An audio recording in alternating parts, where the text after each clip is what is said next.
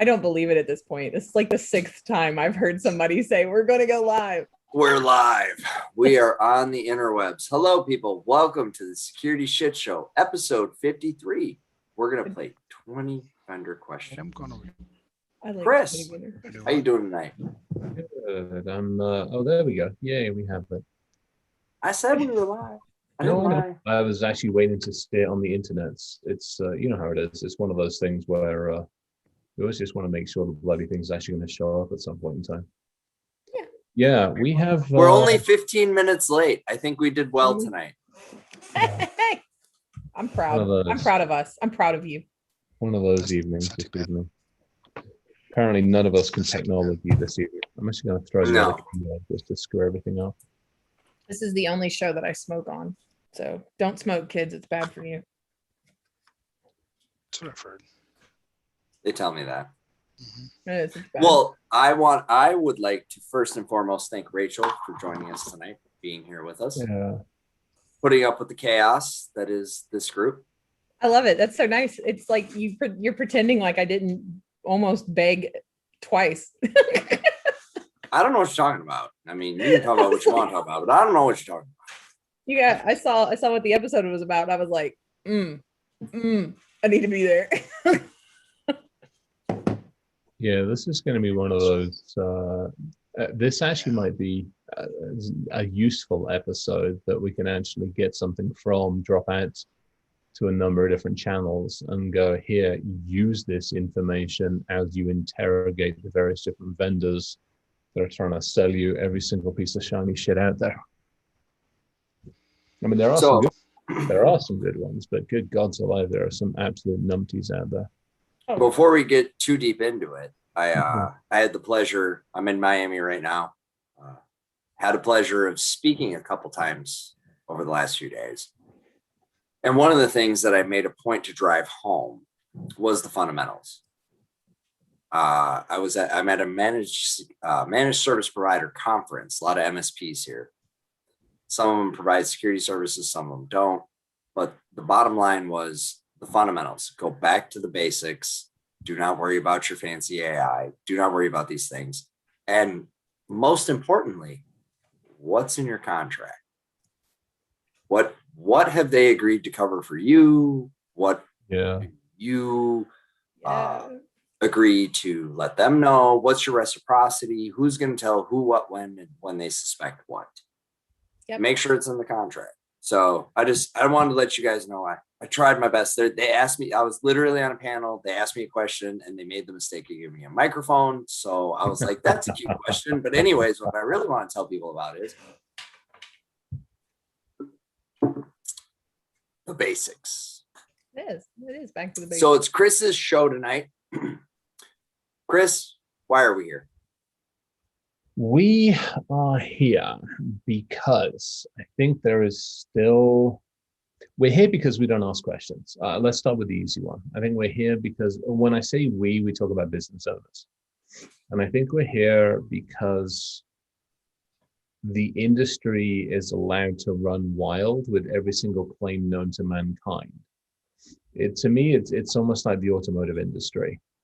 20, 30 years ago, you went into the dealership and you really didn't know. Well, now you walk into the dealership, you know what the MSRP is.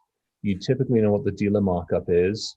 You know exactly what the EPA economy is. You know the engine, the fuel. There are stickers on these vehicles to tell you exactly what's good, what's bad, what's ugly, what the drivetrain warranty is, what the electrical warranty is, what the standard warranty is. Then you've got third-party companies that tell you what the ownership is going to be over 1, 3, or 5 years, how much fuel you're likely to burn on an average. There is enough statistics out there that if you were to do even a cursory glance at the internet, you don't have to dig much, even a cursory glance at the internet, you can go in as an informed buyer. You can go into negotiations as an informed individual. Yeah. In our industry, we don't have that. No, that's why you get that. That's why I have a job. Because they don't. They have no idea. That's exactly. We don't have an industry. We don't have buyers. And again, whether it's a smaller organization, 30 million in this country, Or you talk about the larger companies, 30,000 or 300,000, come on, what it is. They, unfortunately, so many of them don't have good information on, the 10 or 20 types of vendors that are selling you endpoint, the 20 vendors doing this. We haven't, just the data hasn't been presented in a way that I think everybody can digest. And to Rachel's point, that's what she said. Unfortunately, what you tend to end up with is you have to find an advocate. You have to find a vendor, either a neutral vendor, which, talking to pretty much the three of you on here as well, there's a level of neutrality in here to some degree. But there's definitely, you've got to find that. And I hate to say it, some of them aren't neutral. Some of them are going to sell you XYZ box because they get an extra couple of points out of the damn thing. Yeah. So or they can wrap their own services around it. That's the other reason. You don't even know if you can trust the vendor at that point. So to me, this isn't really 20 questions just for the direct vendor. This is also for those partners. When you go, well, you're presenting me these 5 different MSPs or these 5 different endpoint devices. What are you getting out of every single one of these deals? Yep. And I think those questions, among many others, need to be asked. There's something we do, and it's by request, right? Because it takes a little extra work on our part. We are 100% transparent about the MSRP of the product, what our margin is on that product, and how much of a discount we negotiated down for you on that, and where we started and where we ended. Yeah, 100%. And there's no reason for us not to do that. There's no reason for anyone not to share that. I mean, the people that we help, they understand that we need to keep lights on too, right? And I'm talking about, like, just last week, I'm not gonna name names because there's a bit of confidentiality that's in there.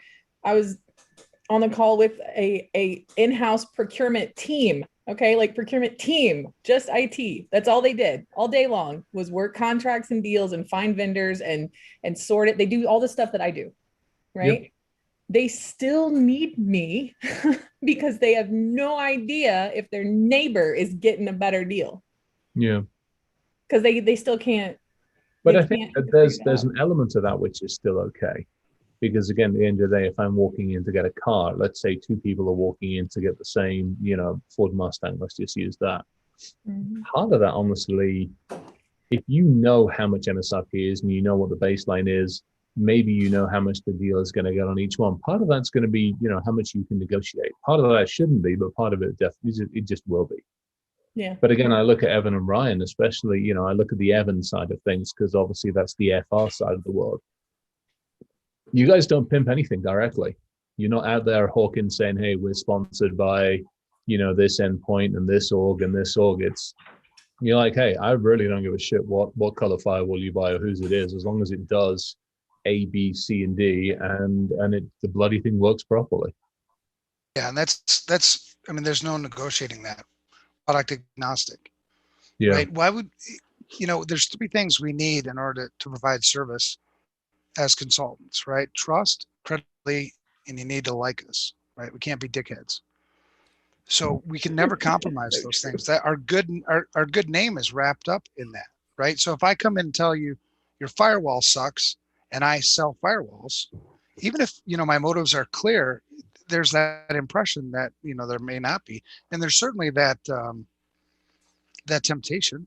I mean, fuck, I get a quota, right? So we're product agnostic. We'll always be product agnostic. Well, because that's the same way we are, except for I'm never going to claim to be smart enough to tell you what you got is bad or good or ugly or anything else. All I do is, what you want, and I line them up. And if none of those are to your liking, we line up some more. And if you don't like any of them, we're going to line up some more until we find the one that you want. I don't care how long that takes.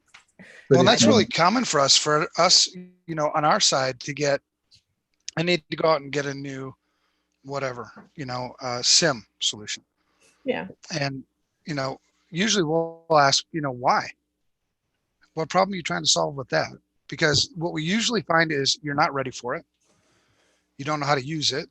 And when you're thinking about buying, probably doesn't work. So, hold up a little bit, take a little bit of time, build that fundamental, that foundation first, right? Because we keep adding on top of bad shit, right?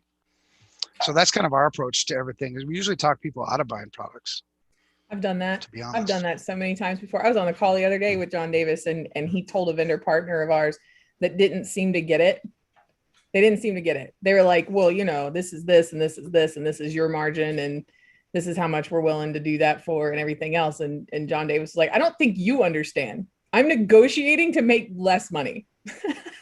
Like, really? Because if we make a percentage of the deal and we're negotiating down, that's what we're doing all day long. And I don't know why it works. It just does. Sure. But it's part of that, you know, just being totally transparent. And there's no secret sauce. There's no secrets here. There's, you know, the only secrets here are it's like, you know, you go to your doctor and you want to complain about an ailment and you want us to prescribe you some medicine. Great. Like, I'm not going to go blast about it. Right. But well, a lot of times people have products that they already have, they bought so much fucking shit. They already have a product there to solve the problem that they're trying to solve with the new product. 100% of the time. 100% So it's like, of the time. hold up, man. You got like 3 things that do this for you. Why are you going out and buying another thing? Now, it's funny. This week I've been obsessing. You know, I always what? Yeah. Well, you know the way squirrels work, right? Squirrels do everything, and then you find that hole. You're like, I'm going down that one, right? And then you go, you know, way down. So I've been footprinting states this week, just their .gov domain. And the point is this: you have all these assets, and you don't even know you have. How can you possibly protect the shit you don't know you have? Have you ever been to battle before? I mean, what's one of the first things you do? You take inventory of what you got. What am I going to fight with, right? To that same point, we try to stop people from buying more shit when you don't need it. Well, that was, I mean, you hit the comments on that LinkedIn post, that poll, and I think I picked up on it because you put a comment on it or something like that, or somebody, I think you put a comment on it and it appeared in my stream, which was that poll that was out there, and it was like, you know, you got 50, what was it? It was like, you got 50,000. Do you spend it on a pen test? Oh, right. Do you remember that? Yes, spend it on a pen test or a $500,000 fine. What would you rather have? A $50,000 pen test or a $500,000 ransom? That was it. I'm like, you gotta be freaking kidding me. I mean, that, like, and that to me, that's, you know, again, to me, if I'm just a vendor, I'll sell you a $50,000 pen test. But if I'm actually in your corner doing what I should be doing, I'm going to tell you, don't save the damn money. You know, go put 25,000 of it back in the kitty because you sure as hell don't need it. And it shows good grace to the business. And let's take the other 25,000, go grab a couple of intern people and let's do an asset inventory. Now let's go grab some other people and do this. Hey, let's chuck a little bit towards some training. And let's just get some of the simple shit done. Absolutely, man. And that was, yeah. It also dawned on me this week, you know, I was, because we were prepared before we got online, we were talking about the Cyber Week. In Israel, yeah. In Israel, right? Yeah. And they hit me up this week and asked, you know, what's your topic going to be? And I was like, I don't know. So it's the same, you know, I preach pretty much the same in different flavors. And that it kind of dawned on me, like, you know, when you look at anybody who's actually good at anything, they practice obsessively the fundamentals, right? So take like a professional athlete, you know, somebody who plays any sport. What do they practice all the time, right? Fundamentals. That's all they fucking do, right? And the other stuff just kind of grows from that. And then you apply that like to industry, and we're off trying to shoot, you know, 3-pointers. We can't even fucking hold the basketball. You know, we can't even dribble. What are you doing shooting threes? You know, and I'm just talking as an industry. We certainly have some players in our industry who are, you know, experts, the professors. But the problem is we have a lot of people in a lot of powerful places who aren't. And they're the ones who are typically making these shitty purchasing decisions, which then just kind of, you know, wolf in sheep's clothing kind of economy. But So I'll add to that one. It's part of it again, I think, goes back to we don't all know all the answers. Even worse than that, we all don't know all the questions to ask. And I think that's where, to me, that's I think where a big chunk of like this evening's conversation is, and it's maybe this is somewhat of an introspective conversation for a company, but I think there also needs to be a bunch of other stuff. And I put the LinkedIn post out about it, and we've got it up on the blog and everything as well, which is, there's some fundamental, simple things that every single person needs to ask the vendors and the suppliers that are coming in wanting to sell stuff, because it shouldn't be that way. Nowadays, it should be much more of a partnership. It shouldn't be, I'm going to buy something from you and I'll see you in 12 months' time for a renewal. It's like, hey, how do we go forward? Oh, this reminds me of something. I'm going to show you. We need to treat our vendor relationships like dating. And we don't do the small talk. I'm so excited you said that. What do you do? Oh, right. So like no, hold on. I'm gonna make a point. So like dating when I was, but dating when I was like 17, 18, 20, or dating now? No, dating like you're a grown ass adult. Like you're looking for marriage. Okay. Like your next step is marriage. Exactly. Have the small talk. Okay, so like we all do. Wait, hold on. We all do the small talk. I have spent days at this conference doing the small talk. What do you do? What are you about? What drives you? How do you get around? Yep. Right? So you go on a first date, and I know for some of us that's been some time, right? But you go on a first date, and you got to go through that bullshit. You got to go through those basics. What do you do? How do you earn your keep? What do you get excited about? What are you passionate about? What don't you like? We all do this as human beings. When you meet a new person, there is a canned set of questions that you will give that new person in order to figure out where they fit on the spectrum and how they fit and fold into your existence. Yep.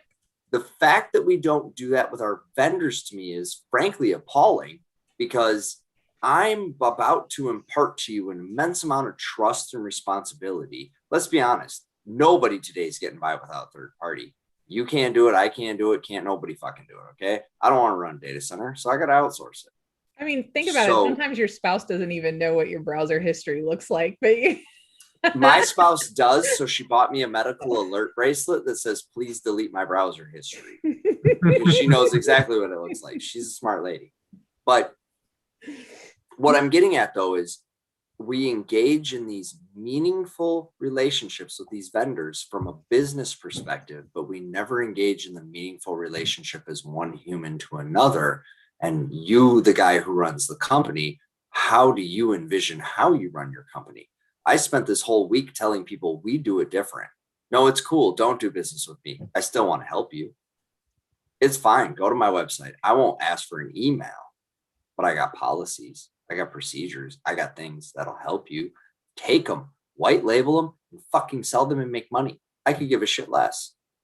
Did I help you? Yes or no?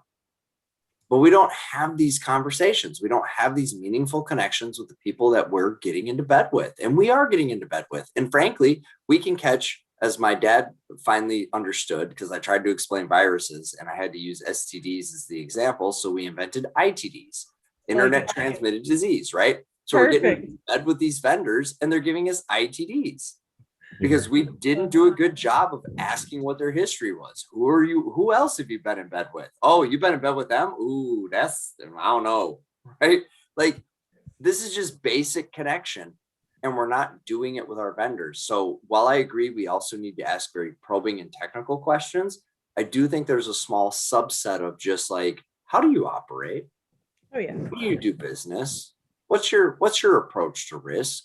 What's your approach to security? Before we get into now tell me how you manage your firewall configuration and tell me how you, I mean, honestly, that shit, that I do care, but I don't care, because to me, that's way down on that hit list. There's the first 20 questions don't even come even close to that. Evan just put some stuff up online, which is, he just put it in the chat for us internally. And it is definitely one of those more we've had a bit of these conversations before in the past where we have, where we go, okay, well, you tell me you protect me, or you tell me you've got me covered 100%. Stuff like that is, it's interesting, because at that point now you've got to get to the bottom of it and go, who's running the company? Is it marketing, or is it tech, or is it business? And there's some radar warnings on either one of those, to be honest. Well, and as I said multiple times today, what's in your contract? Yeah. So explain to me your shared responsibility matrix and who's on the hook for what and who has to say when and where. It's not hard, but we need to have those conversations. I get it. You're going to be breached. Let's all just accept that. By the way, if we just accept that our vendor is going to get screwed, just like everybody else is, let's start there. So I don't care about your breach. It's going to happen. What I'm way more interested in is how prepared are you to react and respond to that situation? Yeah. At what point do I get notified and involved? Yeah. How are we limiting the risk to my customer? And who the fuck is paying for this? Yeah, but even before you get to that, though, why are we even talking? What problem of mine are you going to solve, and how are you going to solve it? Fair enough. But a lot of us already have vendors. And don't give me a fucking problem that you created for me. I should have my own fucking problem, right? I mean, so inform me like I'm going to inform some of these fucking states. You have a problem. I'm not, I'll tell you how to fix it. I'm not charging you anything for it. I don't give a fuck about any of that. But I mean, because so many vendors, like, you have these conversations with vendors, and then at that point, you're already bought in, right? If you're starting to ask questions about how you're going to protect my data and how you're going to inform me and talking about contracts and all of this shit, you don't even get the contracts until I've sort of agreed to buy something from you, right? Fair. I don't even. But I disagree with that. I like our approach. Let me risk assess you first, and then we can talk about business. Well, I think, Where do you stand? Where do you stand? No. Because I do that. I would do that with any human relationship. Yeah, I do it with my human relationships. Let me risk assess you first. You don't do cyber sex? Is that what you said? I don't date sleaze bags. No, but how do you know to Ryan's point, until you've done a risk? I'm sorry, you got to lift the skirt and show me what's going on, and then we'll talk. I mean, potentially, you don't even have to do that sometimes. That's how you do a first date? I feel so violated. That's how you guys do. I know, what the fuck? No, Jesus. He does, not me. I don't date like that. It's the modern era. I just need to know that you is what you says you is. That's all.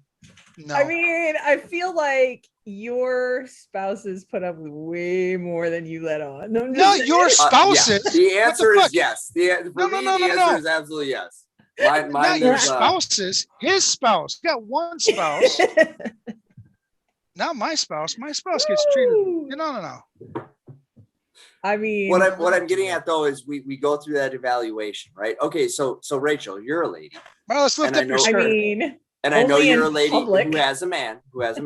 But if you were dating and you met a guy and the guy's like, so I live in my mom's basement, I have no ambition, I'm hundreds of $1,000s in debt with no plan to get out of it. I got a friend and I make $8 a day delivering pizza, right? Yeah. Okay. You'd be like, oh, well, you're cute and I like you and you look good to me, but that's not a good fit. That's not what I'm seeking. And the problem is with these vendors, they look so good. Oh, they're so pretty. They got that AI. They got the purple Ryan, I'm a fixer. There we go. Yeah, thank you. Oh, great. Okay, so you're gonna take the disaster and try.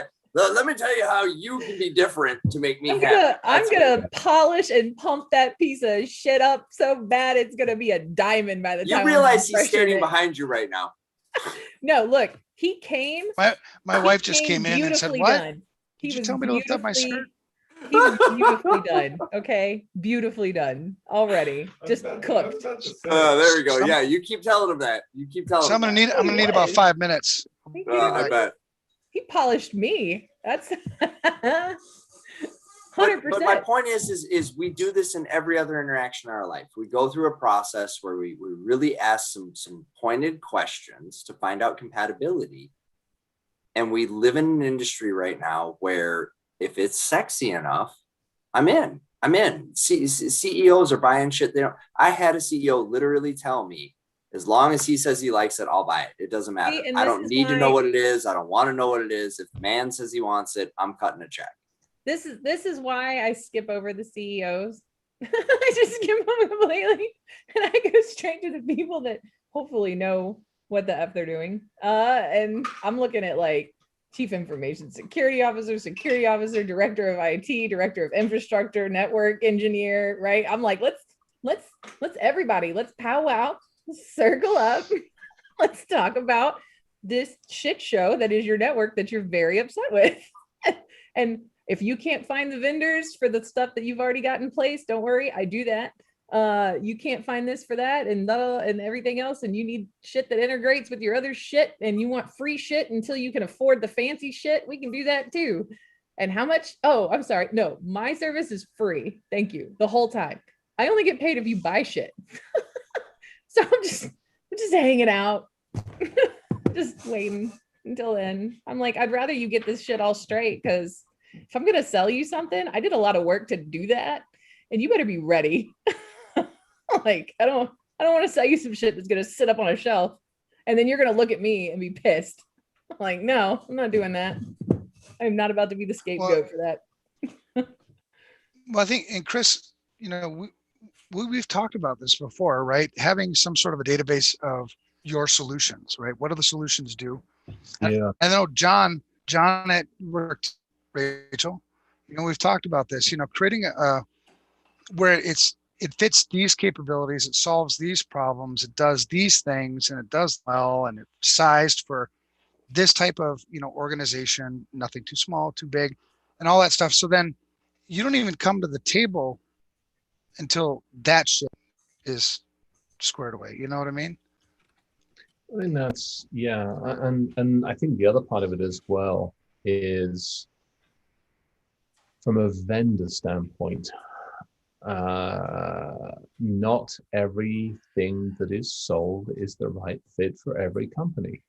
And I think that's also something that the vendors possibly have to say, hey, I actually can't help you with this. And I can't help you because of A, B, and C. Here's maybe somebody who can, or here's a couple of alternatives, or here's a different way of looking at it. So rather than trying to come in and try to persuade the company that their square peg will absolutely fit into the round hole kind of mentality, sometimes have that mentality to step away and go, hey, I actually can't help you. You know, whether it's threat intelligence, whether it's something else. Yeah. Back to what we talked about. Hey, you're just not ready for a pen test. You know what? Hey, I got a call awareness company. Let me just get you hooked up. I know these 3 or 4 different things you can use that aren't an Excel spreadsheet that you could go do some asset management with. Let me get you hooked up with those, or let me at least tell you the companies and go have at it. You know, I wish there was more of that rather than going, oh no, we'll deal with it for you. You know, it's again, they like try to make it fit. Square peg, round hole. Cram it in. Know when to maybe back away, or when to say, hey, look, I got you covered over here. Go deal with those guys. Or, hey, look, I don't think it is right, and here's why. You need to go find, you know, the firewall, or you need to go find the AWS IPS. When you're looking for them, here are the 10 criteria you probably need to ask. You know, something, just try and be more bloody useful, should we say? Maybe be more helpful. I don't know. I got a really great question for every vendor, and I can answer this question as a vendor. How do you keep me safe? Oh, it's not possible. I mean, that's the difference. I can't. Oh, but it is. I can keep you safe. I cannot prevent you from all danger. But I can't. I can keep you safe, but not prevent you from all danger. Well, because he knows I'm right. I can keep you safe, but I cannot protect you from all danger. Depends on your what do you think is safe? That's why cars have seatbelts and airbags. I can keep you safe. I cannot protect you from all danger. No, I'm gonna say no again. If I'm an IDS IPS vendor, I can't keep you safe. I can do my one piece of the jigsaw to help reduce the risk. But you, as the customer, have to understand the rest of the picture. If I promise you safety, I'm lying. But as an IPS IDS vendor, I can take steps to ensure that the data I'm handling is kept as safe as practically possible. Knowing that I can't account for all danger, but I can take steps to reduce the risk, reduce the likelihood, and therefore keep it as safe as practically possible. No bank vault in this country is safe, but we all put our money and our valuables in those safe deposit boxes because that is the lowest risk option available. Can it be broken into? It can. It has. But we do it because it's the lowest risk option. Here's the challenge. Evan's disagreeing. I see him shaking his head. He doesn't like what I'm saying. If you had that on the advert, that'd be fine, but you don't. What you put that's marketing. That's a different fucking mess. And put it in the contract. Put it in the contract. What are you doing to keep me safe? Put it in the fucking contract. How many people do you, I do MFA, I do these things. How many people do you think buy things and read the contract? 0, maybe 1, 2. Who read it or don't read it? Don't read it. Read it. I'm talking about my ideal world here, not reality. Well, and in my ideal world, we have contractual agreements that mean something, and we read our agreements before we sign them, like the adults were supposed to be. I know that we live in a different world, but I'd like to be ideal here. But I mean, okay. So how long is the average cybersecurity person in an organization? Depends on the organization. Depends. 2 to 5 years. Okay. How long is the average contract right now that's being sold? 2 to 5 years. 12 to 36. Yeah. Read. It's 3. So a lot of times what happens is it doesn't matter if the first guy girl read the contract. They're not there anymore whenever somebody else inherits that shit show. That's because there's not a person appointed that's their responsibility and accountability.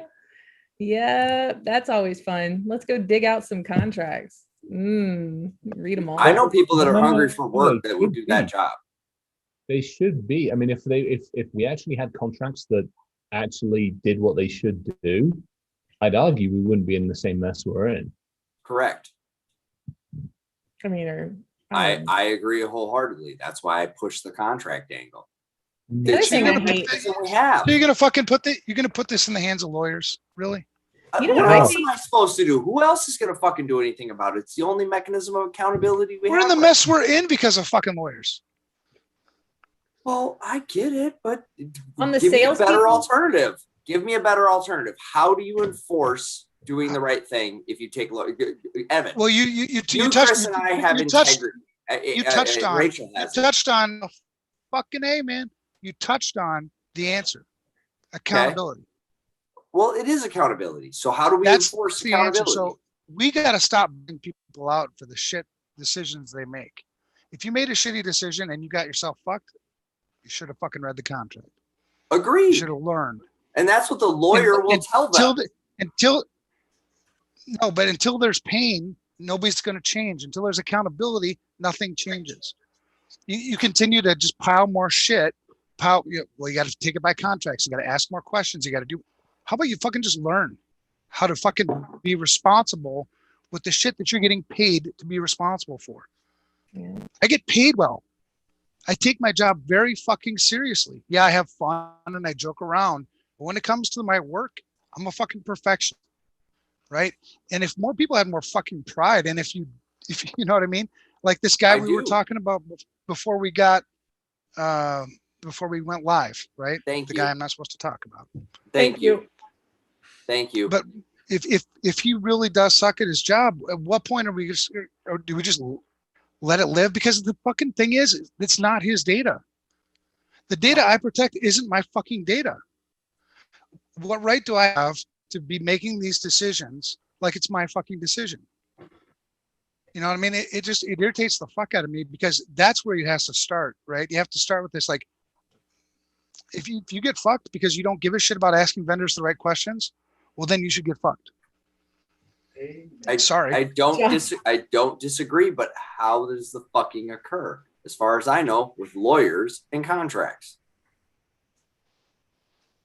Well, I don't know. Now, I mean, it's not going to stop them from buying shitty products that they don't need. I'm all for criminal negligence cases against leadership who fails. No, what else are you going to do? You can either sue them or throw them in jail. You live in America. Those are our two options. We don't live in China. You Because can't kidnap the family. You can't hold them for ransom. Chris is over there going, but I can, right? But you can't. Josh said it But the same too. Josh said I But can. the same thing goes. But the same thing on the vendor side, right? The same thing goes on the vendor side. We talked about it before. We have laws to protect against false advertising. But we don't We enforce know them in our that there's industry. fucking- Chris Not called enforced. his Exactly. lawyer That's the friend, and fucking they said, point. "Too bad." Dude, that's the fucking point. No accountability. What's the sense? So without What's the sense in having it in a consequence, contract if you're not going to enforce the contract? so without consequence, how do you enforce accountability? We've talked about this at nauseum on this podcast. Let it right? go. Stop bailing people out. I'm for that. You mean don't get their money I- back? You mean don't crawl back their money? Don't use government resources to claw back money for a private company? Because otherwise, what right do we have to bitch and complain about it? Because we're We feeding it. don't. You know, and I can preach and I can't do anything by myself. I mean, everybody can join, and we got to figure out how we're just going to say, you know, fuck it. If you suck at this, you suck at this, and you shouldn't be doing this. I don't know, man. I get tired of it because, you know, that's where I was at yesterday. Was, you know, at a conference, and I thought I was going to get kicked out of the conference. You know, because I think people don't like to hear the truth. They don't. It makes them uncomfortable. Makes them embarrassed. And I get paid to tell people the truth, man. I mean, I don't mind getting kicked out of board meetings. I don't mind if you don't want to hire me anymore. At At least I said go it to bed before. at night. I go to bed every night knowing I told the fucking truth. Well, it's Sell out. because none of us are paid to be wrong. We're not paid to be wrong. I don't know why people don't get that yet. You don't pay me to be wrong. You pay me to be right, and then you don't listen to what I tell you. That's a big one. Yeah. You don't pay me to be wrong. You don't. I guarantee you. Evan does not cut me checks to fuck up. That is not how he does not like, hey, listen, Well, you want to get checked this week? Fuck it all up. No. but I do. We have a saying that failure is. Oh, great. Thank you. I appreciate it. All right. Well, Yeah. in that case there, let me take let me grab this punch bowl and do something to it. What? But we have a saying. Failure is not. I don't know. optional, it's Mistakes. mandatory. Mistakes are different. I said you I don't. I pay expect me you to fuck fail, it but I up. don't expect you don't to pay fail me to the fuck same. it up. I don't Mistakes are different. expect you to do the same fucking thing over and over again because it's stupid. Well, that's insanity. That's the Right. definition of insanity. Do the same thing, expecting different results. It's insanity, right? Well, it's not really the definition, but that's what they say it is. Fucking It's a saying, I definitions. say. Yeah, I know. Fired up. Rachel, he said he pays me to literally fuck things up. I mean, I don't know what y'all's job description is, but apparently mine is shit the bed and get a check anyways. I don't have one. I wear like 27 different hats, man. They told me I could pick my title. I was like, no, not that one, not that one, not that one. Which one covers the widest berth of what it is that I do? But no, Relationships. Bam. So I'll take that and to that point, I want to pick on mistakes for a second. So it's not that our vendors won't make mistakes, and we can't make them infallible to mistake. I go back to it. How in the game with me are you? How much skin do you have in this with me? And what are you going to do when it all goes sideways? Because it's going to go sideways. So where are you at? Are you on the team? Are you off the team?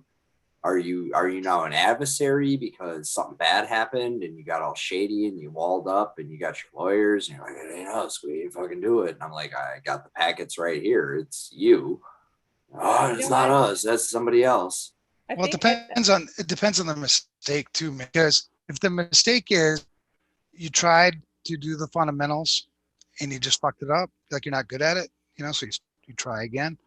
That's one mistake I can accept. What I can't accept is you just fucking ignore the fundamentals altogether and go off and do whatever the fuck you do. That's a different kind of mistake.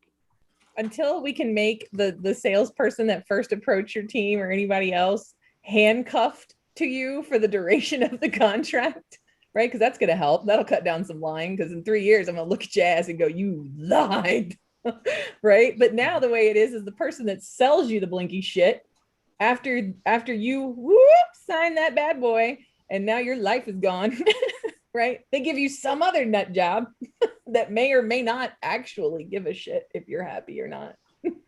Hopefully they do. I hope they do. I like it when they do. But like until we can lock them down into that team and make them an extension of that team, man, it's gonna But again, so here's to Ryan's point, I hate to say it, that's where the contract comes into play. You know, it's again, I want one throat to choke. Oh, no, Chris, I'm going to teach you a new one. Ready? You want one body to hug. Aww. Choke is threatening. No. You want one body to hug. It's not threatening at all. I want you to work in K-12. One body to hug. You can't threaten to choke people. They'll freak out.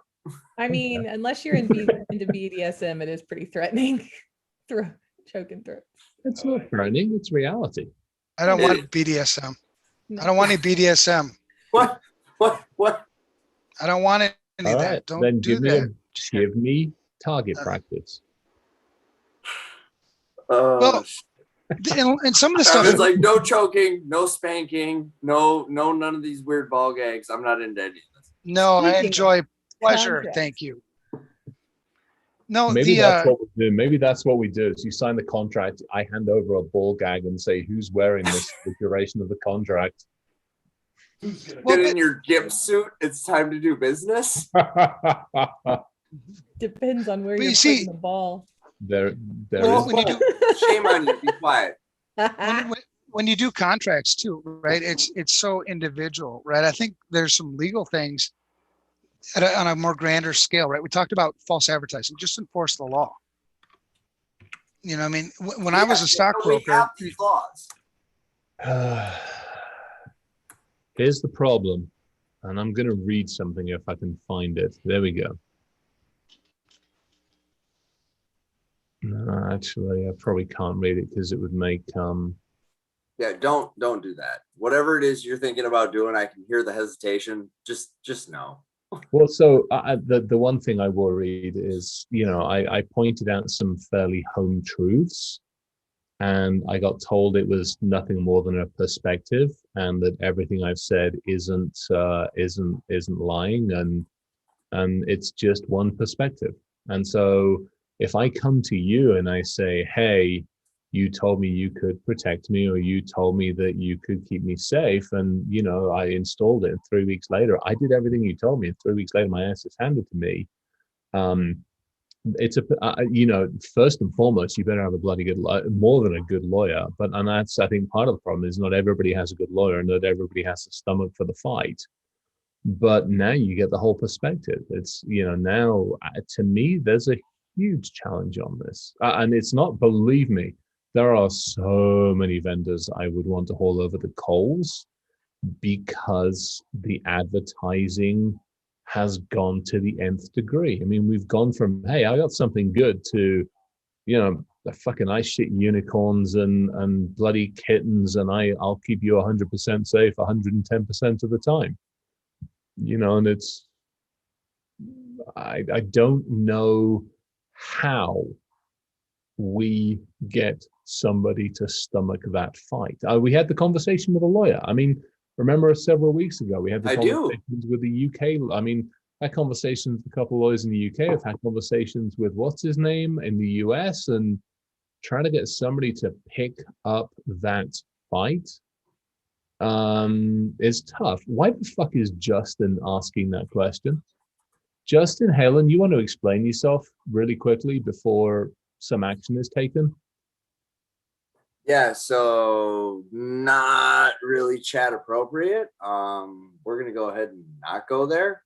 Like, I'm not gonna answer that just because we're not trying to have relations. So yeah, I that don't know. shouldn't matter to anybody. Where that came from. Yeah, there's whoever's got the kill button, please feel free to hover a finger over it if you don't mind. I mean, you know. Does it matter? It shouldn't. Oh, did we lose Evan? I don't know. What happened? We might have. Yeah. That said he's going to Justin's house. Well, who knows? Are you? Did we live in? No. No, he's He's here. there. Here. He's probably on the iPad. He probably went to smoke a cigarette or something. Who knows? Yeah.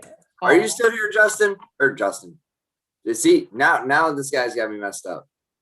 Don't be a dick. Seriously. That's all I'm gonna say about Just it. a Anyway, question. Evan, are you still with us? Okay. Justin, we're not friendly enough with one another for you to ask that question is the point.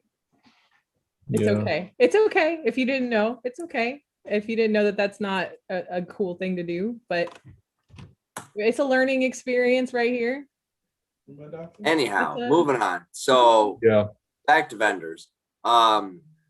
I don't know where Evan went. I think he fell off the edge of the planet. But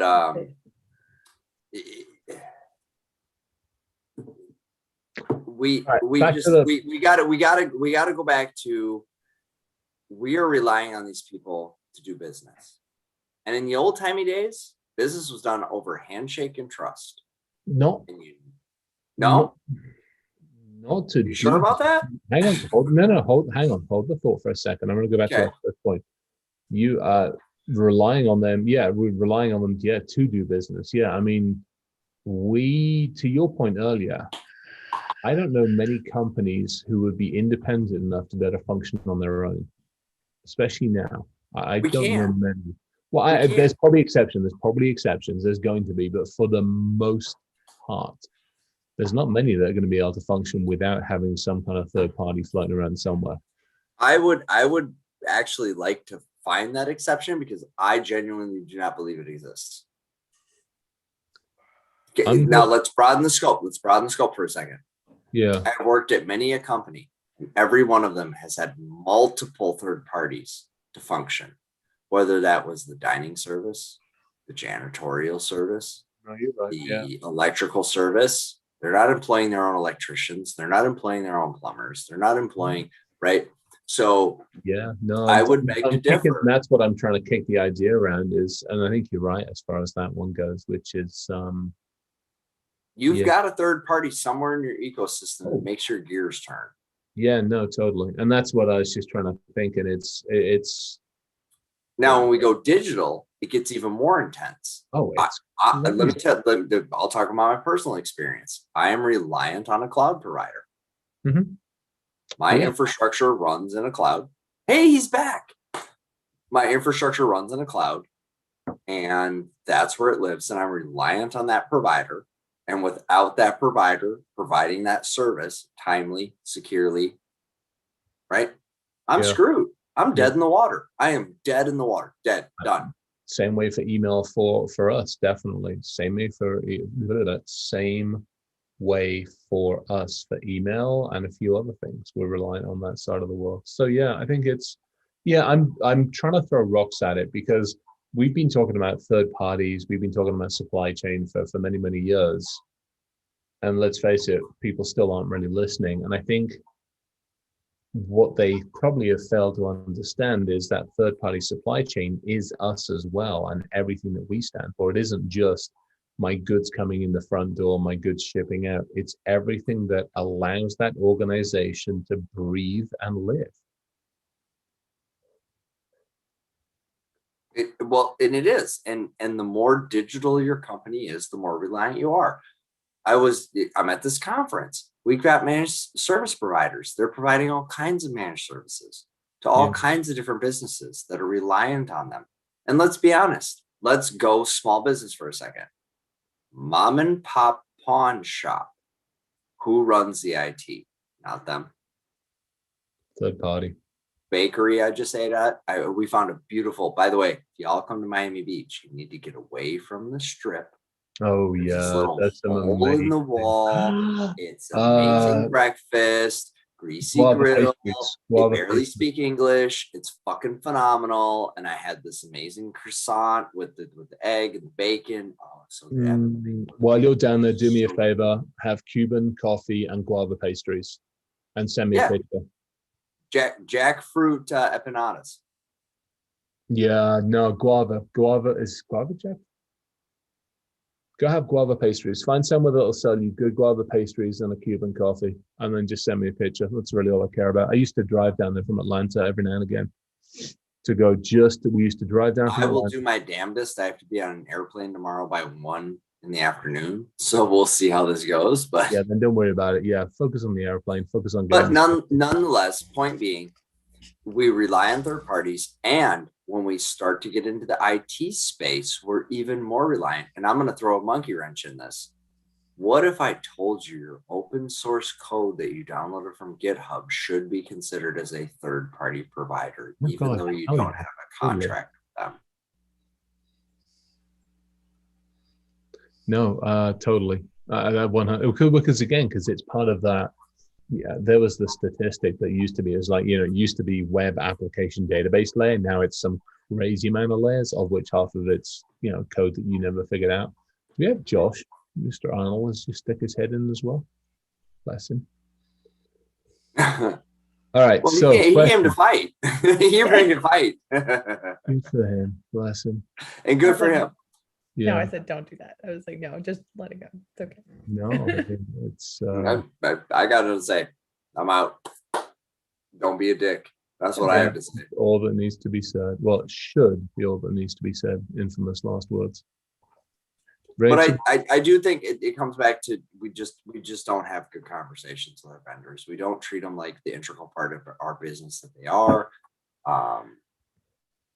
You should interview them like they're going to be an employee on your staff, on your payroll. Employee, you should interview them like they run your company. Yeah, if you don't interview them like an executive, you're doing it wrong. Yeah, because you're relying on them to make good decisions on your behalf that allow you to continue to serve your customer.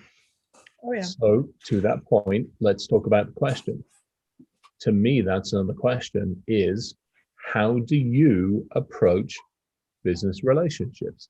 Describe to me how you manage, handle, approach, maintain business relationships. Because if there's I disagree. Wrong question.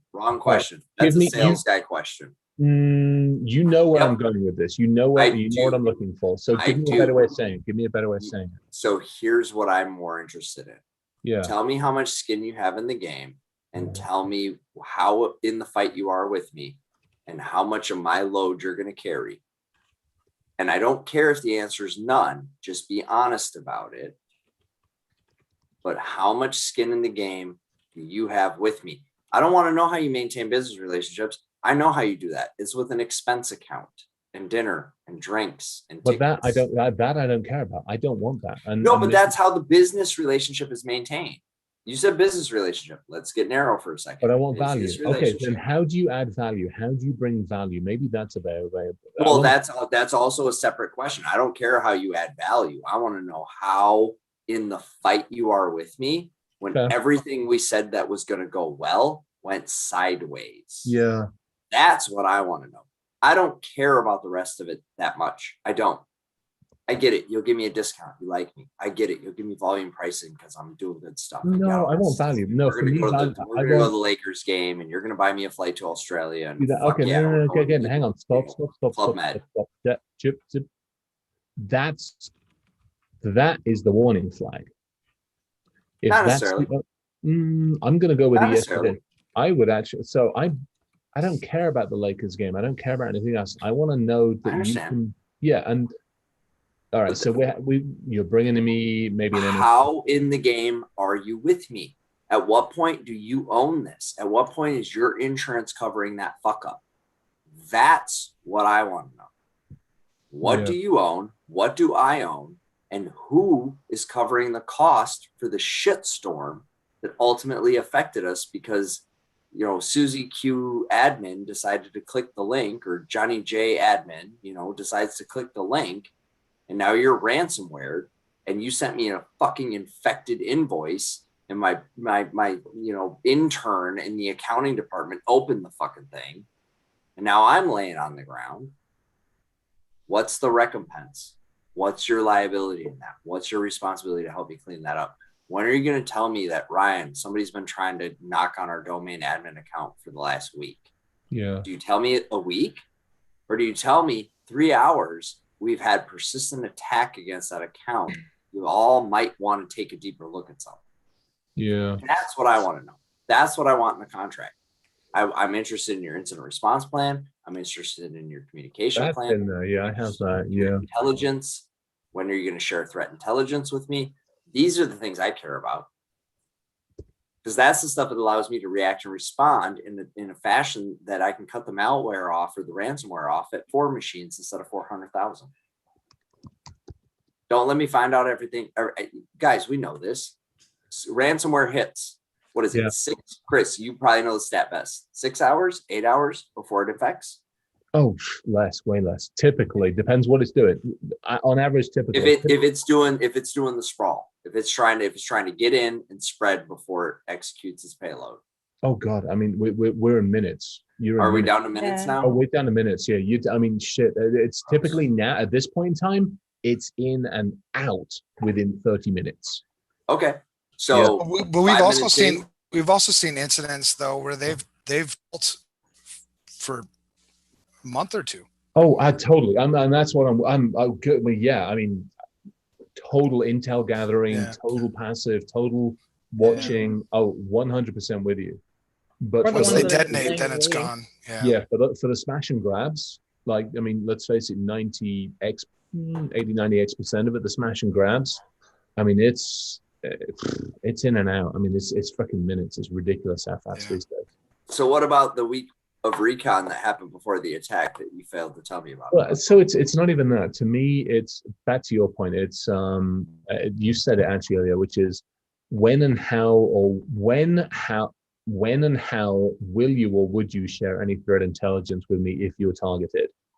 And I think that to me is the important one, which is, we just had a conversation with a client the other day, and I'm like, hey, we got some stuff running, and it's getting hit pretty hard, and we know why. And we know why because it's you. So we had to have that conversation to go, hey, look, just a heads up, keep your eyes open because we're seeing something, which means you're likely to see something. Right. That to me is far more valuable and far more important than discounts on volume. Totally. Any of the other crap that a vendor might offer me. If a vendor came to me and said, Ryan, we will tell you within 10 minutes, we detect something that we think is actual, that we vetted it enough to know it's not a false positive. Mm-hmm. There's something potentially here. I would rather be bothered 100 times a day with, hey, the sky might fall in 5 minutes. We'll let you know in 5 minutes. Then no, I don't want that. Not here. You're damn. No, I want to know. But I want to, it's all semantics, it's metrics. I just want to know. But it's the same thing. But the point is, I want you to tell me as soon as practically reasonable that there's actionable information for me to increase my monitoring, reduce my exposure, whatever that is. Fucking tell me, and tell me as soon as possible.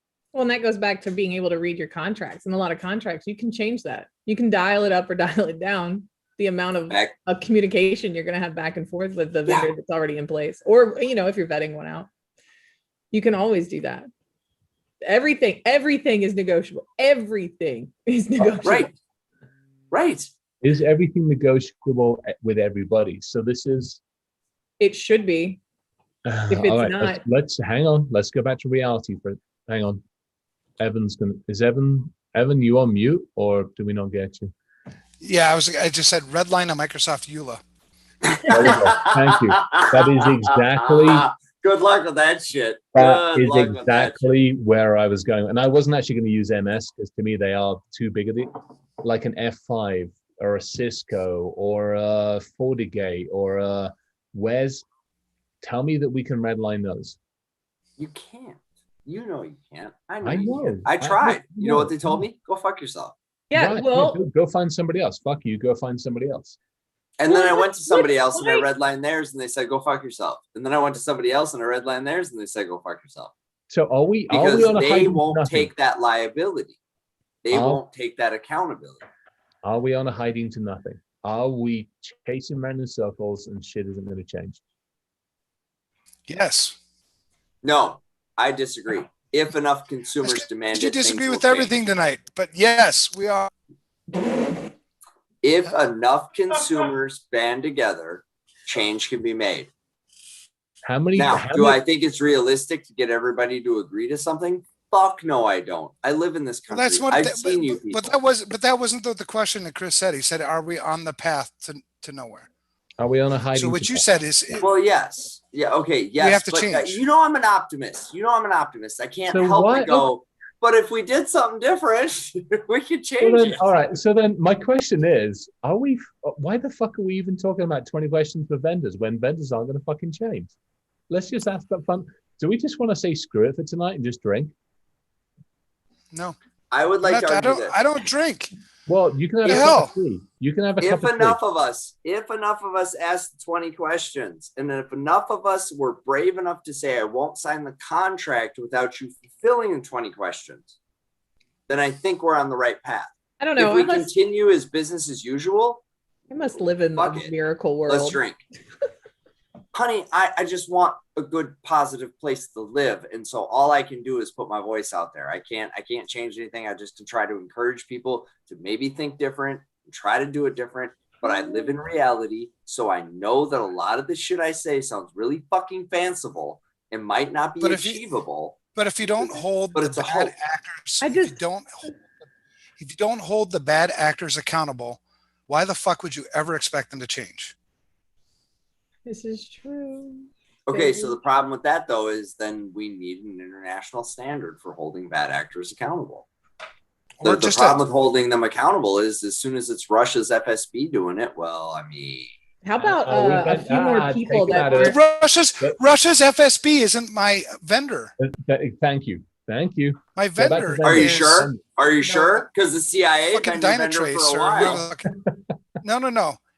Actually, But that's not what I'm trying to fix. That's a different problem. So it goes back to what do you set for expectations? I go right back to what's in the contract. What did you as a business set up for expectations for the relationship that you were going to have, just like you do in every other relationship in your life? I don't know why we treat these things different. I outlined 3 things in the chat, just 3 things. You hold vendors accountable for doing what they said they're going to fucking do.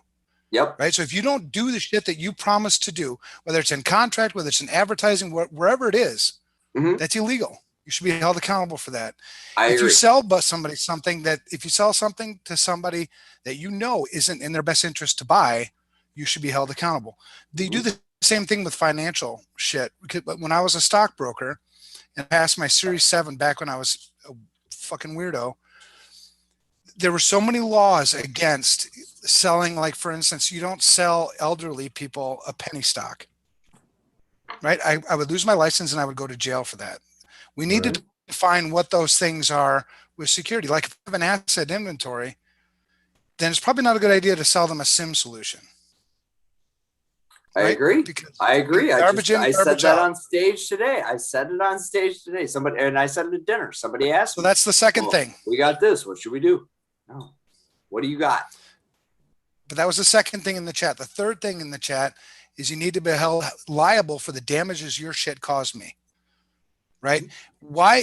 The thing that irritates me, I understand patching and the importance to do that and all that other stuff because we're human beings, but we continue to pass the buck, right? Your shitty software, your whatever got fucking owned, right? I mean, why do I have to pay for that?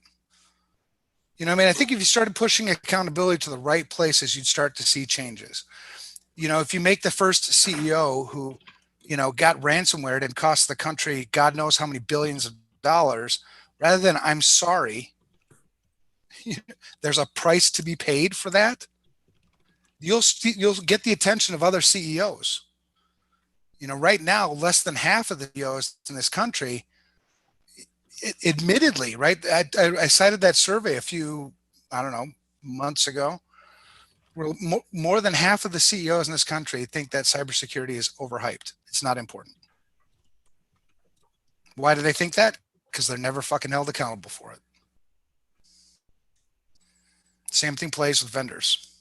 So crazy idea, but do we need a definition, a specific definition of gross willful negligence in regards to cybersecurity programs? Because we have a law structure today for dealing with negligence, but I think judges and lawyers are very unclear on what constitutes negligence in the context of information security. So do we need a subset of that law to say, subsection B, subparagraph 2, cybersecurity negligence is defined as failure to have an asset inventory, failure to run a risk assessment, failure to do penetration testing, failure to do vulnerability management is gross and willful negligence. It's 2021. Isn't that what CMMC is starting to lay out, though? They're trying. Government they're trying. Sure. I mean, we're moving that way. It's a mess. Who Have you is? seen it? They can't figure out CMMC. They can't find their ass with a fucking map and a flashlight, 2 hands. I mean, but they're trying. They're trying. They are. I will give them effort. Yes, they are. So why is it that we like what you just did right there, Ryan? And I'm gonna be an asshole for a second. What you did right there, you were like, they're trying, but they're sucking at it, right? Like that. Why? Yeah, but they're a bunch of dipshits. Why do we do that? Why aren't we like, they're trying, let's try with them? Because they're trying to be smart and right instead of focusing on some basic simplistic shit. Because they have hundreds of controls when they need 7. That's why. But where's the root of the problem? Hang on a second. I don't think there's hundreds. Hang on. Because CMMs it's not at the CEOs. What specifically must a CEO understand about information security? They have the same things that they need to understand about financials, right? I mean, they do get held accountable for misappropriation of assets. Mm-hmm. When we're treating information like it's an asset, because it is. There was a time when 80% of a company's value was intangible assets. That was back when we were more industrial. That flip-flopped. Now 80% on average, across the GDP of value is information assets. So the whole world shifted, but our fucking mentality didn't shift. Our laws didn't shift. We got shitloads of standards, man. Pick one. CMMC, NIST, CSF, SB 800-53, CIS controls. Which one do you want? We don't know another damn standard. I don't want a single. I know. I put the post out the other day. Here's 6 things. Until you've done these 6 things, don't even bother having a conversation about anything else. I want to talk with you, but I don't want to talk with you until you've done these simple things. Back to CMMC. I'm on the thing. It's 28. It takes 28 pages to explain 1.1, and there's all the different levels. List of practice. It's too complicated. Yep. Complexity again getting in the way of the simplicity that we need. None of this is hard. Patch your fucking box. Complexity is the worst enemy. Let me just read something. Within the context of the CMMC model, process institutionalization provides additional assurances that the practice associated with each level are implemented effectively. Good gods, come on. Lawyer speak. That's lawyer speak. God, can we? This shit should be simple. Do you want me to dumb it down in country language for you? Where, I can. Yeah. Do shit right. Come on. Why? But you outlined. I need everything that's going to protect your digital well-being to please be at an 8th grade reading level. Yeah. Right. Yeah, please. Chris, you mentioned those 6 things, right? Why can't we get agreement on those 6 things or whatever 6 things? Just pick. Yeah. Because that's the same thing, why we run into problems with, securing our critical infrastructure, for instance. Yeah. Where did we go with that, right? Obama did his executive order, awesome. We come up with NIST, CSF, awesome. And then he handed it to a guy who runs a water treatment facility. Right. Not awesome. He has no fucking clue what to do with that, right? Yeah. So what are the 2, 3, 4, 5 things that us as human beings across the industry can agree on that if you don't have these 5 things, it's criminal? I did it. I did the post, I got a shit ton load of hits on it. Well, I actually didn't. Only 12,000 or whatever. But it was simple. Assets. What do you have? Assets. Where are they? Number 3, right. Who's got access to them? Number 4, what do they do and what's their purpose? Number 5, what's on them? And number 6, which ones do you got to care about? That's it. Yeah. And until you've gotten that, Yeah. Nothing else matters. Literally, like, Hey, nothing can you else put the link to that one? It's in there. Yeah, it's in there. I just literally put it into ours. Yeah. Ryan, I don't even want to go there. Yeah. Ryan, I get where you're going with the W's, but seriously, I want that's I got the 6. It's got to be very tactical. It's got to be very tactical and very active and very clear. And I saw that, and I did like and comment on that because it is the 6. It's the most simplistic shit that we skipped over in a hurry to adopt new tech. I don't have time for asset inventory because I have to onboard the assets to the network. Well, and then some of it, I mean, it starts to get a little, I like it, Chris. I believe you're 100% right on this, right? But I would add if every network were created equally, if every environment were the same, yes, 100%. But so many of the assets, what do you have and where are they? Some of them affect a network that's married into another network through acquisitions. Absolutely. Or totally. But somebody still has to own it. But you still got to know what the hell You can't have an asset that's not owned, can you? Because who patches it? If a vendor owns who tells you who should have access to it and who shouldn't have access to it? If you have an asset like that on your fucking network, holy shit, turn it off. Evan, but remember, there was an asset that lived inside a drywall because they drywalled the computer into the wall and it was on the network and active. And it lived inside the drywall. Okay. I don't know who owned that. But then who's fucking responsible for that? Whoever owns the house. CEO. We've been over this. CEO. Exactly. At the end of the day, that would be the one thing that would be the one thing that I would add to your list of 6, Chris, is something about what's the CEO's accountability, what's their purpose, and honestly, I just wanted to keep it simple. I just wanted people. Yeah, I was trying, because then, I mean, there are a few people like, well, on number 4, you need to, no, fuck, guys, stop. I had somebody talking to me about duality on a post the other day. I'm like, stop trying to outsmart yourself, let alone outsmart me. Stop trying with the $5 freaking words and just keep this shit simple. Back to the 20 questions to the vendors. This shit doesn't have to be complicated. To your point, what are you going to do to keep me safe? Who the hell's accountable? Why are we talking? What do we do when something goes wrong? Where's your IR plan? How much skin you got in the game? I mean, this is simple stuff. We don't have to get complicated with this stuff. And I think it feels like so often we overcomplicate things, and I don't know if we're doing it for our own edification or if we're doing it to protect it, or I just, guys, I don't care. I got my fucking English Mensa, I got my US Mensa, I got a whole bunch of Prometheus group shit. I don't care. You ain't gonna outsmart me. Let's start with the easy one. So why don't we just dumb it down and keep it fucking simple? That to me is like, we just, God's sakes, people. Well, and back to what you were saying, Rachel. Do you think it's okay to have an asset that doesn't have an owner? I don't think it's okay. Do I know it's reality? Oh, right. Fuck. It's not only is it reality, it's like common. But no, hey, I don't know. Evan, I can have a personal opinion that I want there to be world peace. It doesn't mean it's happening, man. Like, but give me 10 minutes and then you're done. We'll have world peace. I can make it happen. You might not like how I make it happen, but I'll make it happen. Murderbot 5000 is not a way. You can't eradicate the problem to make a solution. Yes, it is. That's not how that works. Yes, it is. Rachel, I'm so sorry. So I come across an asset that doesn't have an owner. Okay. What do I do?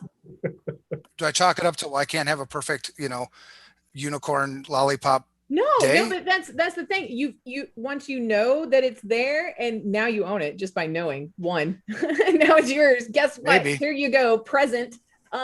Well, I see a lot of assets on this spread right here that I don't own. But it's once you know it's there, okay, right? But some networks are so big and so complicated, and the security staff is so understaffed that there's not enough people, right? They need to get some more interns, to your Bullshit. point. No. How do you eat an elephant? One bite at a time. Except for Chris, this elephant, when you eat part of it, doesn't stop regenerating.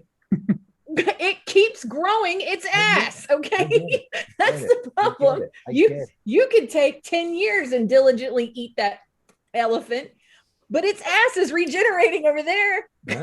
I know, I get it. I'm not saying, hey, I'm not saying this is easy. I am not saying. So if you define that these are the things that make you a responsible custodian, right, of shit. Right? If you don't do these things, you're negligent. And then, you know, this big elephant that continues to grow all over the place gets, you know, the CEO gets tossed into jail or whatever, right? Because they didn't do the shit they were supposed to do. The elephant stops growing as fast as it was growing, right? And other elephants start to recognize, like, holy fuck, my buddy that I went golfing with at the elite golf club thing, he's in jail, or he's, you know, whatever. I mean, that's where you have to go. Otherwise, continue to fucking enjoy the chaos, because it just gets worse. I mean, there needs to be a punishment involved for that.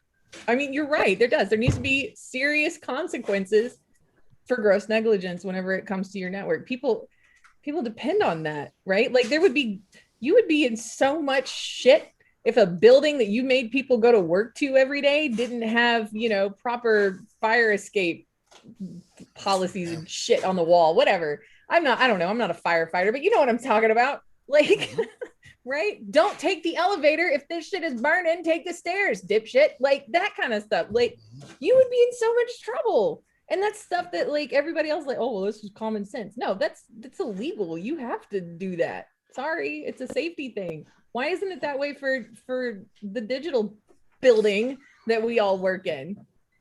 Because we're analog humans and we still treat our technology as not the appendage it is. There's one layer removed. I preach this all the time. And until we start to treat our digital life as the real impactful physical life that it is, we're going to go round and round and round. Because I promise you, from my heart of hearts, if that CEO understood this impact to his physical life, to his family, to the future of his children, their success, his attitude and approach would be vastly different. I'll give you a quote from today. If you can't tell me how you secure your family from cybercrime, don't try to tell me how you secure your business from it. That's fair. I'll go back to a post. I put another post out, I think it was yesterday or today, because it was going back to some simple stuff. And it was like, okay, how do we do this? How can I actually make things nice and quick and easy? And I put 5 what if statements out. What if I took your computer, the one that we're watching this on? Would you panic? Would you sweat? Would you swear? Or would you just grab another and restore from backup? And I put 5 examples out, 5 simple things. And I'm like, if you can't answer those for yourself personally, how the hell do we expect you to answer them for your business? I mean, it's simple stuff. If I took your wallet, if I turned off your internet, if I locked you out of your house, and if I know that your summer 2021 is the password to your bank. Not hard stuff. Simple questions we should be able to ask ourselves and go, I can figure this out. I know my assets. I know where they are. I know who has access. I know what's going on. This stuff isn't hard. I don't need 28 pages of CMMC, that I can't even pronounce, CMMC modeling to tell me this shit. I don't need that.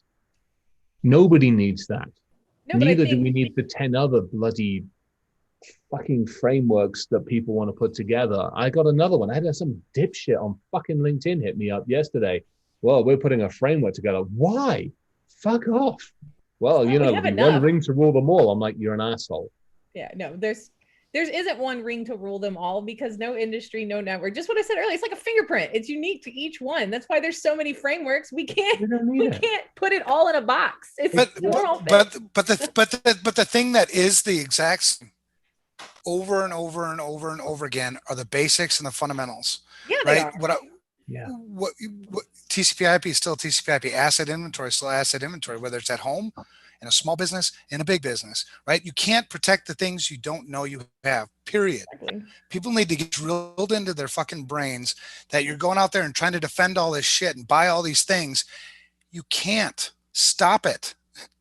You don't know what you got. Why are you trying to defend it? Let's use Ryan's example. You know what I mean? Yeah. Yeah. Let's use Ryan's example. Each one of us has probably a pretty good idea as to how many doors we have in the household. Pretty good idea? Fairly good idea? Each one of us. Josh has an opinion. Yeah, Josh needs to go around and count his doors if you don't know. Yeah, better count them now. Each one of us has probably got an idea as to how many ground level windows, or if we're in an apartment, how many, easy access. Wait, Chris, let's go more simply. Most of us know how many stories we have in our house. Yeah, I would hope so at this point. Yeah, good point. All right, that's it. Simple. I mean, and you can at least spend a minute to think about it and figure it out, right? Yeah. Like, Simple. you know your house. Yeah, I hope so. At this point in time, so you know how many doors you got. So if you're operating and you don't understand how many doors you have or how many floors you have, how do you understand how to protect?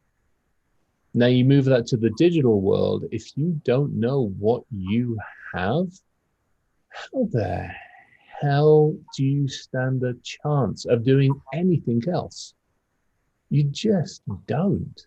You don't. But I'm held liable if I get in my car. In that hair? Sorry, scroll. I did. That's just see color. Oh, I like that. That's really awesome. Nice. It's pink. I'm held liable if I go and get in my car and drive irresponsibly and hurt somebody else. Right? The same thing doesn't happen with computer assets, with things we use it all the time, and we just don't even think twice about whether it's responsible or irresponsible use. And then you take that to like a CEO. Yeah. I mean, that's why I almost got kicked out yesterday. I stood up and told everybody, your shit is not my responsibility. It's not. You can try to make it my responsibility as much as you want to, but at the end of the day, it's your responsibility, period. It is. Just as much as everything else in your business is. And like at home. So take it to the home. At home, I'm the head of household. I'm the CEO of this house. The shit that happens in this house is my responsibility.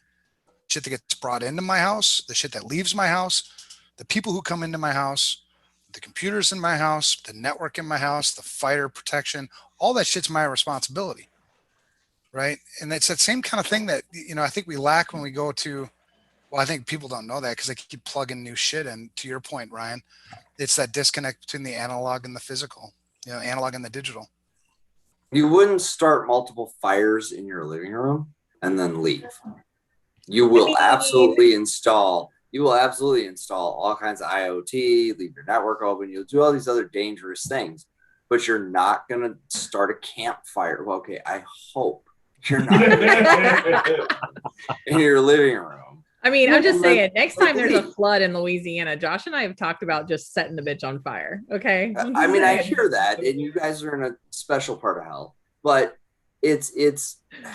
we do not treat our technology as the life-running, life-managing, life-sustaining thing that it is. And until we change our fucking mind about our relationship with this shit, we're going to be 50 monkeys fucking a football from now until forever.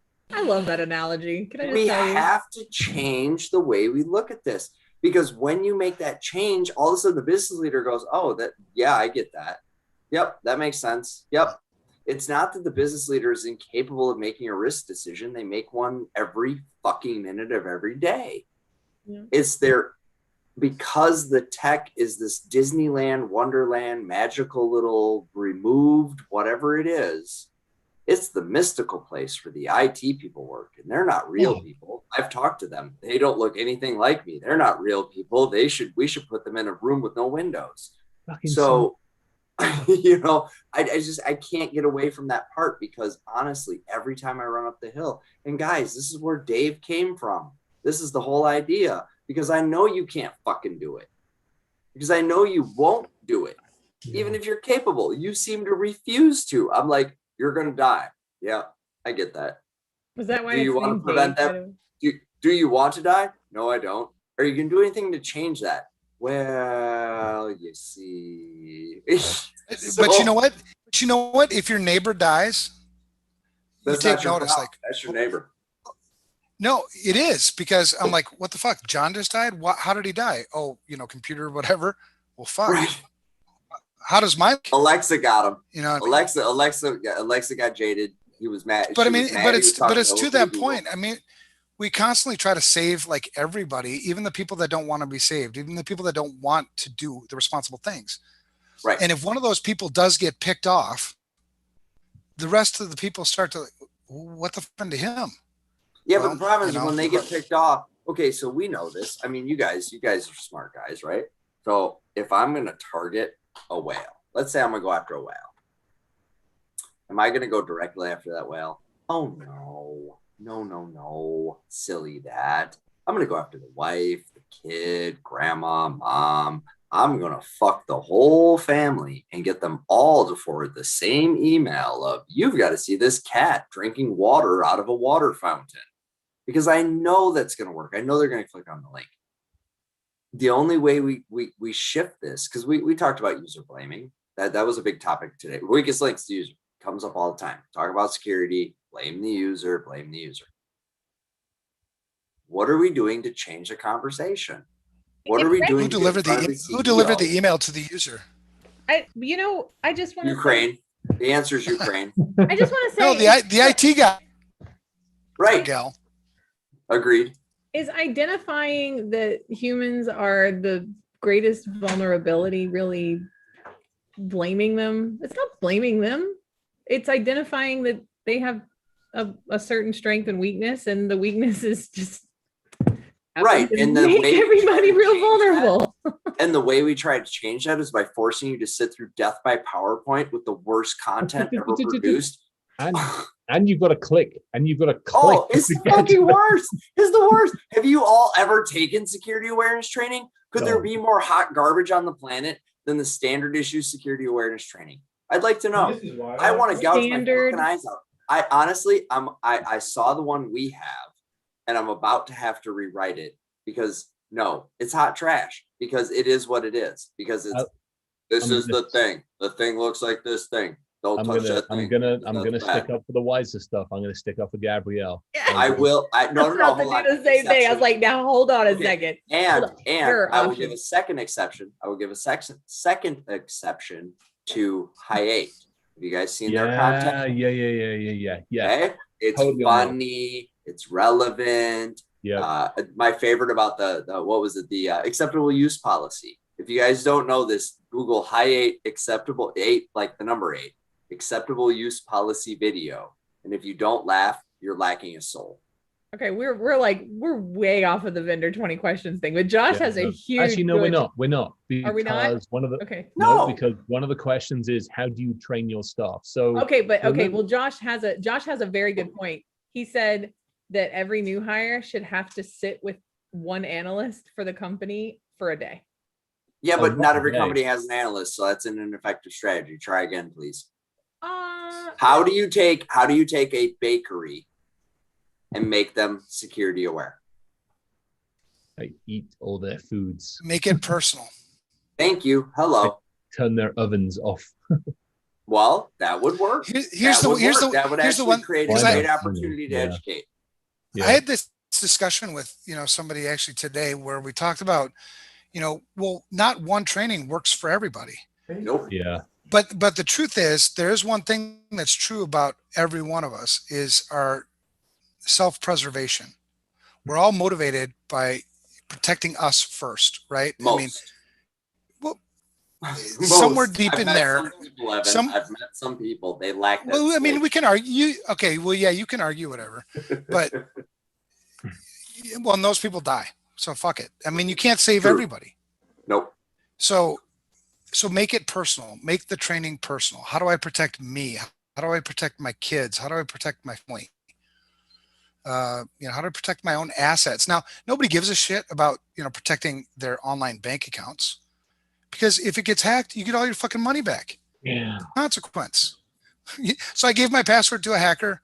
The hacker used it, drained my bank account. I got all my money back. Well, who paid the price for that? Me. I did. You did. Everybody else through fees. Banks aren't in business to lose money.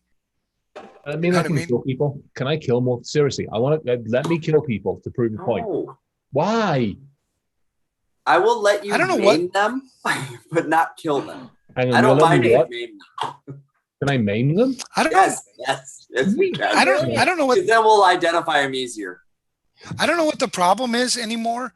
It seems like today's society, almost like we seem to keep going further and further down the path of non-accountability.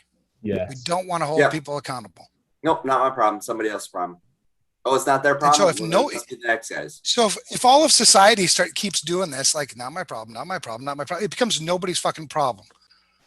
And what a great target. I mean, those are the ones that I would just love to fucking take every dime that you got, because it ain't nobody's problem. Nobody watching.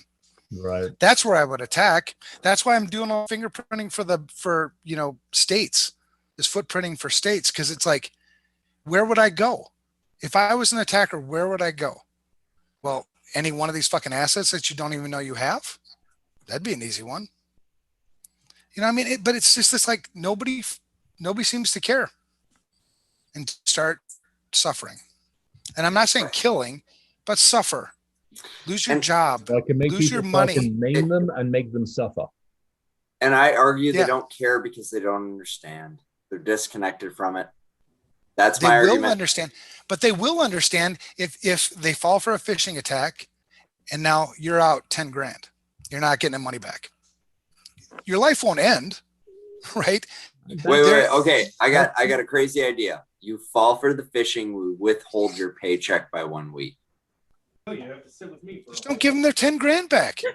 Trust me, nobody will fucking fall for them anymore. Josh says punishment will be you have to sit with Josh for a whole fucking day. Nobody will fall for it ever again. All right, I'm taking you up on that, Josh. You think you're playing, but I'm gonna need a day.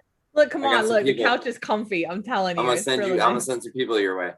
I'm the angriest, meanest person. He really is. You guys, we're polar opposites.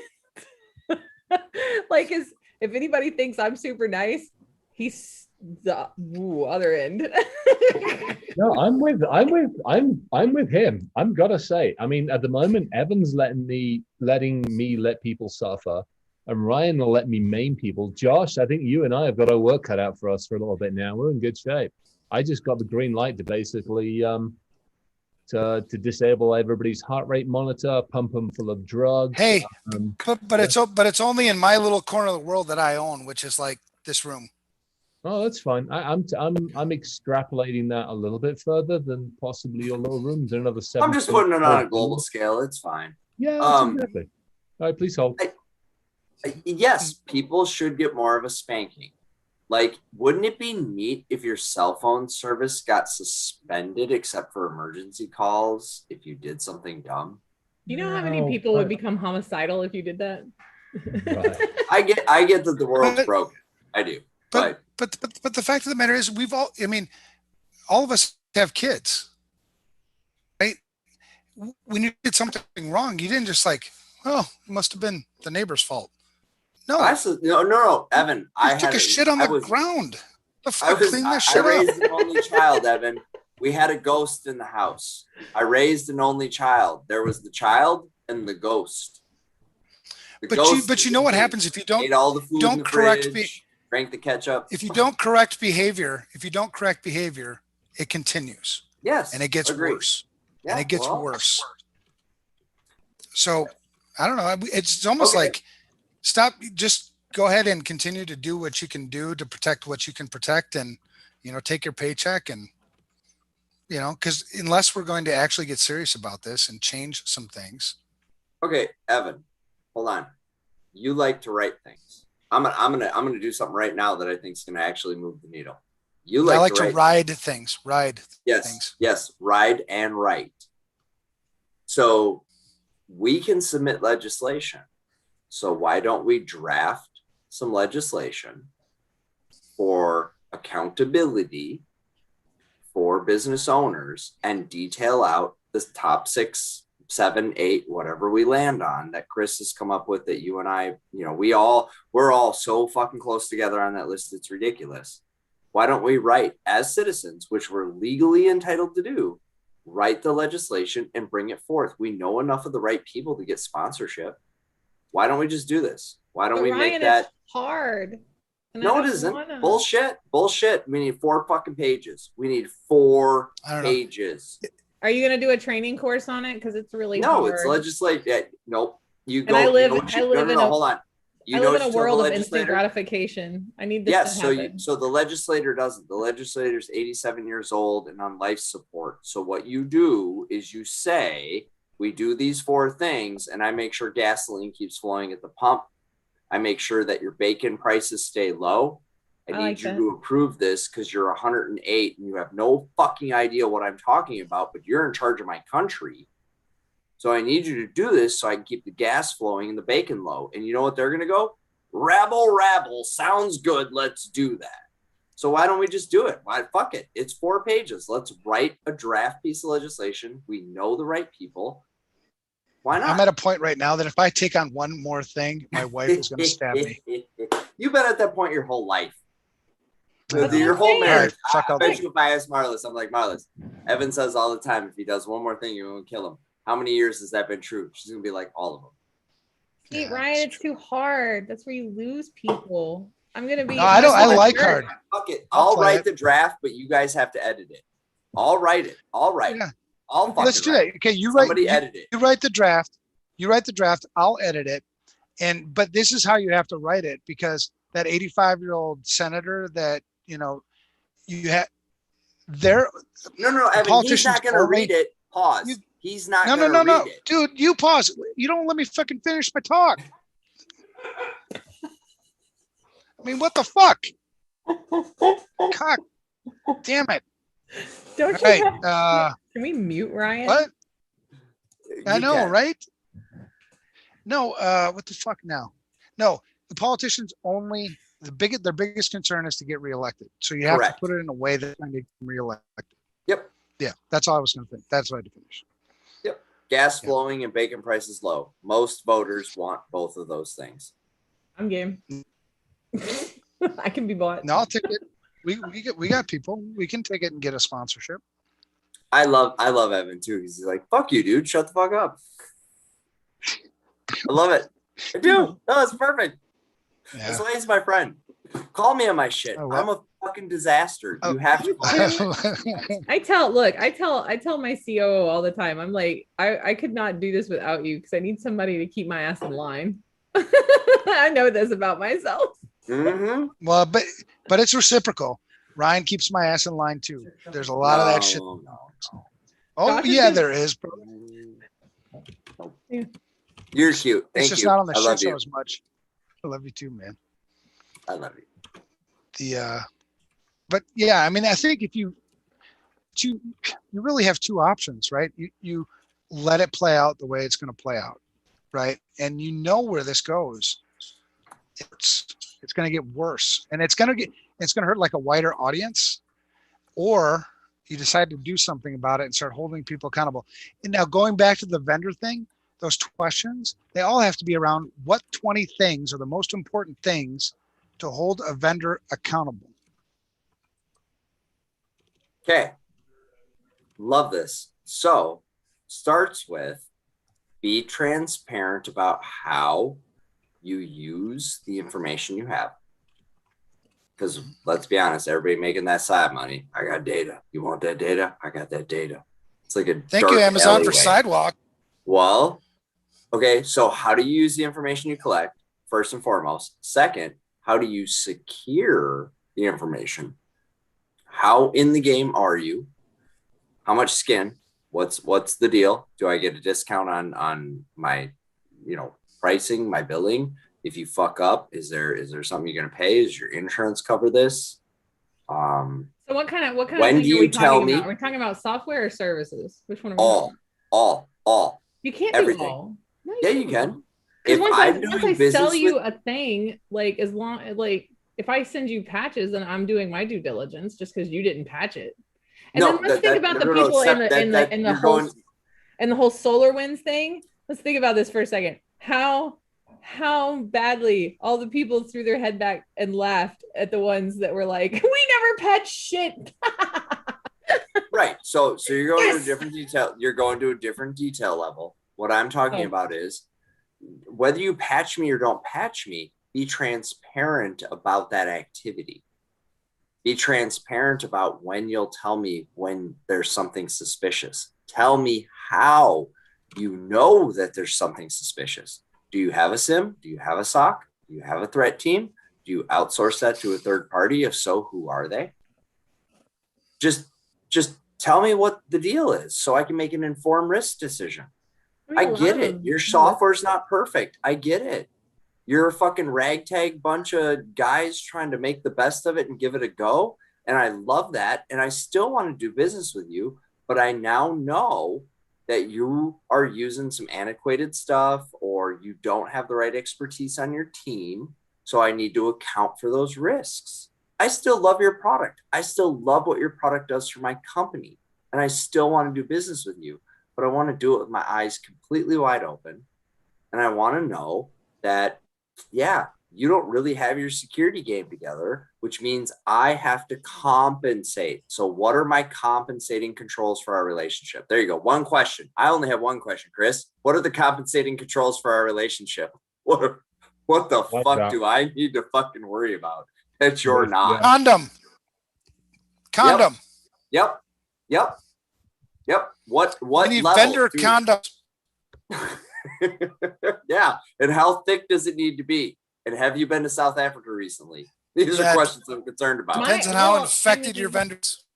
Right.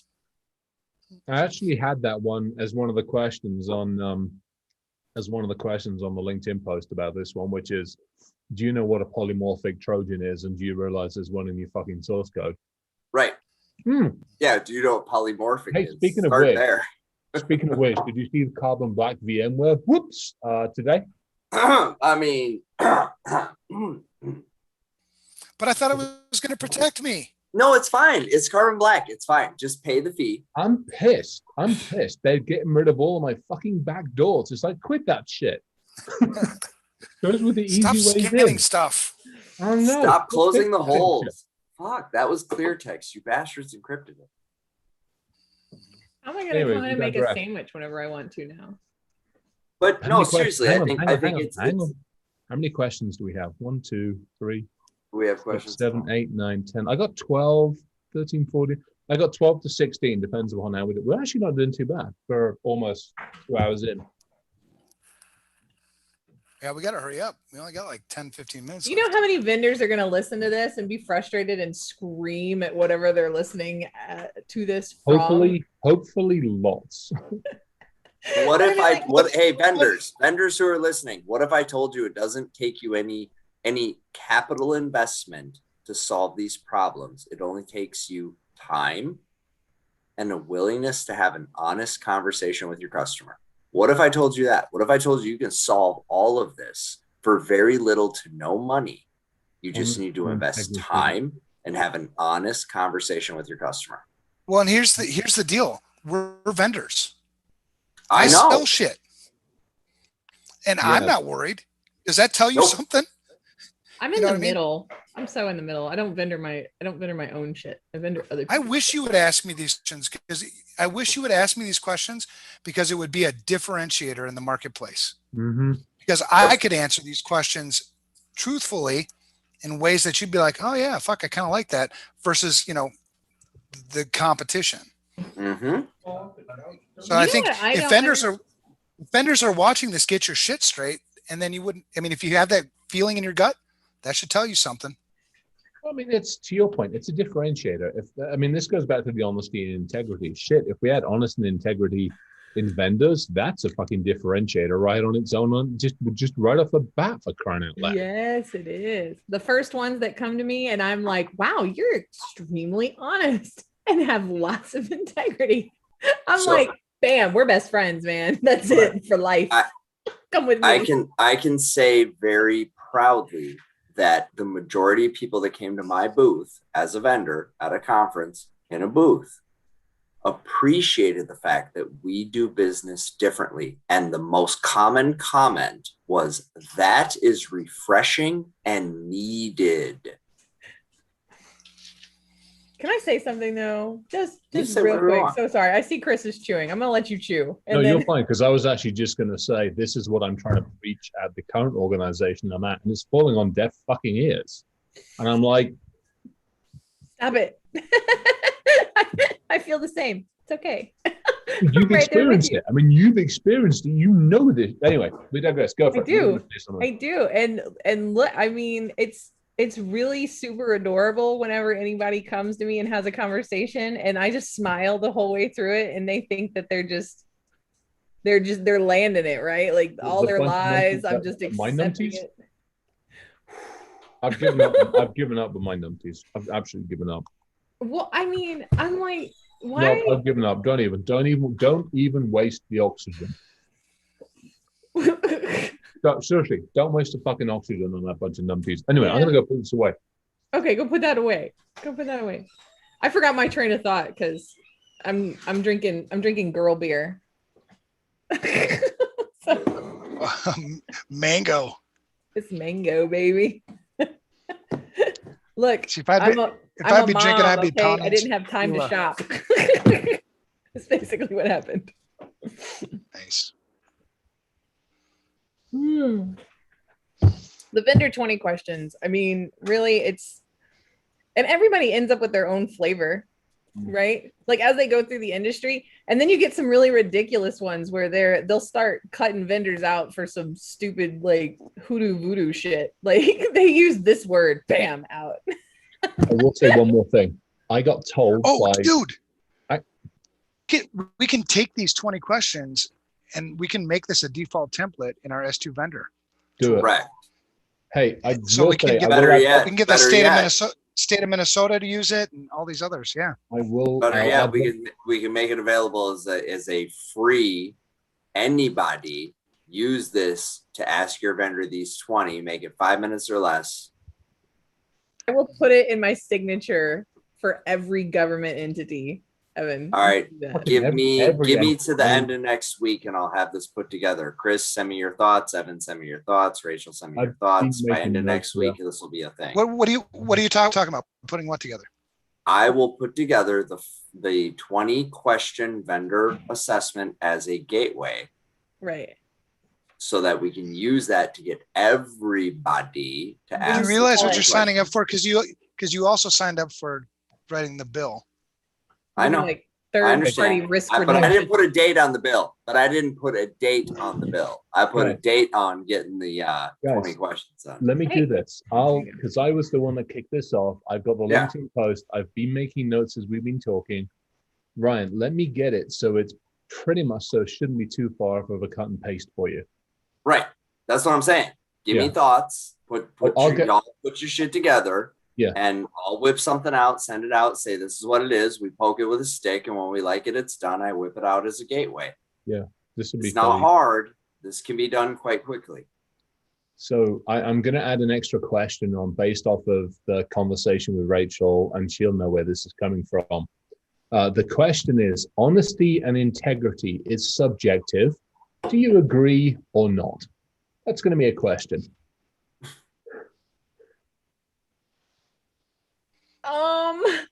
Why is that? I love it. But it's not subjective. Question. I don't think it's so brainiac. You know that, and I know that. But that is like a 290 IQ question, dude. I was told. No, it's not. I was told by a number of people that honesty and integrity is subjective. It is. No, it is not. It is motherfucking analog as fuck. It is 1 and 0. No, because if it's subjective, you're not being honest. Honest is fact, truth. But as black and white. But you're not a marketer. Yeah. Hello. Stop for a second. You're not a marketer. Wrong. Rachel, you're pronouncing it wrong. You're right. I'm not a liar. Yeah. Well, marketing would have a different. Like I'm gonna try. I understand that people make their money telling lies. But I think that's bullshit too. You can market with integrity. Agreed. I can market with this is what our shit does. This is why you need it. This is the problem it solves. But if There you go. you marketed with integrity as it applies to the general population, you wouldn't have a job. That's not true. I do have a job. I do paid have a very job. well with lots of integrity. I I'm- told somebody today. They're like, I want to buy. And I said, we're not a good fit for you. Yeah.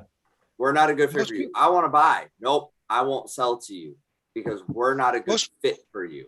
Most people would be pretty surprised if you knew what the actual net worth is for integrity.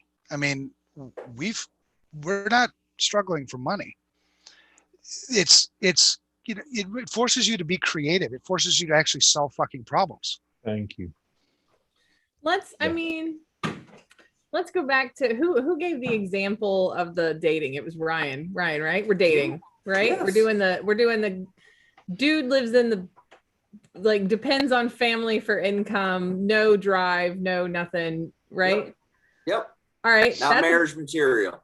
Right. Okay. So that's a perspective. And it's honest with integrity, isn't it? The other perspective is, what if me, the fixer, sees this opportunity in a mate? I don't know. Well, honesty and integrity are two different things. But what if it's, you know, it's a work in progress, or we're all a work in progress. Somebody Risk hurt this acceptance. individual very badly, right? Like, what if Risk acceptance? That's What if risk it's taking- acceptance. You're accepting the risk. You are taking that broken disaster and you're accepting that you're like, I got this. My risk appetite says that I can fix this shithole and make it good. Right, Okay? but then on top of that, That's what if risk there's no fixing? What if the lack of motivation comes from being in a depressed state of mind because that individual is actually there taking care of their parent, not the other way around? Well, okay, no. If we're actually going to What the are we talking human about side now? of this and not using an analogy, then that individual should probably seek some help for their mental condition. I get that. And, you know, I'm a strong advocate for mental health and I mental am health too, awareness. but not every person. But that that's lives not a at vendor home, relationship. If my vendor's depressed, I probably don't need them as a vendor. They're I'm all just saying, depressed. like, I'm just gonna no, if they're release sad that they're not dominating the world, if they're not one ring to rule them all, that's not my problem.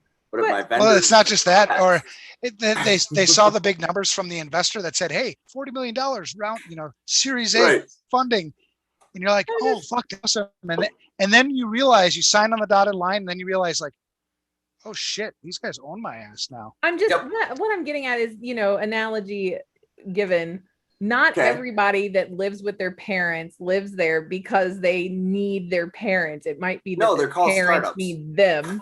Aw, sad face. It might be that their parents need them. Like, that's all right, marketing. okay. So right? again, Like, hey, hold on. I will do business with a vendor. So a God's honest truth. If a vendor has a solution to my problem and their business model and structure is not to the grade that I need it to be, as long as I'm aware of that, I will still do business with that vendor. I will simply compensate for their lack of ability to deliver me the quality or the consistency or the whatever it is. That's risk acceptance. That I did a risk evaluation and I saw a reward that outweighed the investment needed to mitigate and compensate for the risk created. That's risk management 101. I got this, no problem. I will engage that vendor and sign a contract. Sorry, Evan, go ahead. You're not the only one. I've seen other people do it. But that's where management is broken in our industry, right? You ask for a SOC 2, you ask for, FedRAMP. I mean, who the fuck can afford FedRAMP? We can't afford FedRAMP. No, but we need to. I'm gonna make that different after I get back. We have to. Sorry. I'm just gonna we'll just hack into the registry and add ourselves to the fucking thing. I know you did not just say no. No, I did. It's easier, it's faster, it's simpler, it's still just as good. It's no fucking, you're actually saving the government time, effort. Dear DOD, not this guy. Thank you. Yeah, it is. Yeah, I'll sell them a bill. I'll send them a bill too. This is the money we just saved you. Yeah, no shit, exactly.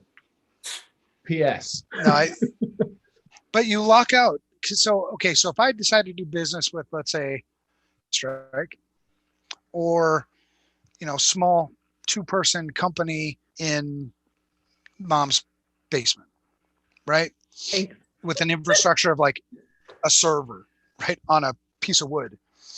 When you talk about risk is likelihood of something bad happening, the impact if it did, right? So CrowdStrike, the likelihood of CrowdStrike getting attacked versus the other one, I mean, you could play out and you realize that the controls are completely different, that the risk posture is completely different, that I don't need to ask this small MAPA 2-guy thing for a SOC 2. I need them to use strong fucking passwords. I mean, the controls are, I mean, the controls are so much different. And what we're doing is we're locking out all these other things because we think we understand what the fuck risk is, but we don't even get that right. You know what I mean? Give them a, 20-page questionnaire, fuck, man. It's just not the way it works. But it's sad because we're locking it. You see a lot of small startups that are innovative, that have really cool solutions that never really make it to market, or they end up selling out. You have to sell to a bigger company and have them take it to market. And that's the fucking marketing people that fuck everything up to begin. I mean, just this vicious cycle. So I think the 20 questions is good. And I think the 20 questions should almost trump the other questions. The true, to your point, Chris, when we started out, you were like, I don't give a shit about the security questions. I want because if you answer these 20 questions, I might like that better. You know what I mean? I think you could probably use it in lieu of. This gives you a much better perspective as to the organization you're dealing with. I mean, no two ways about it. And there's a couple of like security-esque based questions in here. There's a few things in there that we might sneak in there. To me, I do want to talk about, how do we train folks? How do they train folks? What's their philosophy on training? I also want to ask what the hell they're going to do with my data. And I want answers that don't involve $5 words. And I want answers that don't involve framework. I want to be able to sniff out that truth and integrity conversation. I want somebody to know this. There's a part of me that wants to have the conversation about multi-factor, 2-factor, or some kind of factor of authentication, or do you just chuck passwords over the wall and hope for the best? There's a little bit of that in there from a tech, but there's more. I think there's a lot more about the stuff that both of you guys have talked about, which is, when shit does hit the fan, are you right next to me or are you using me as a bullet shield? Mm-hmm. X.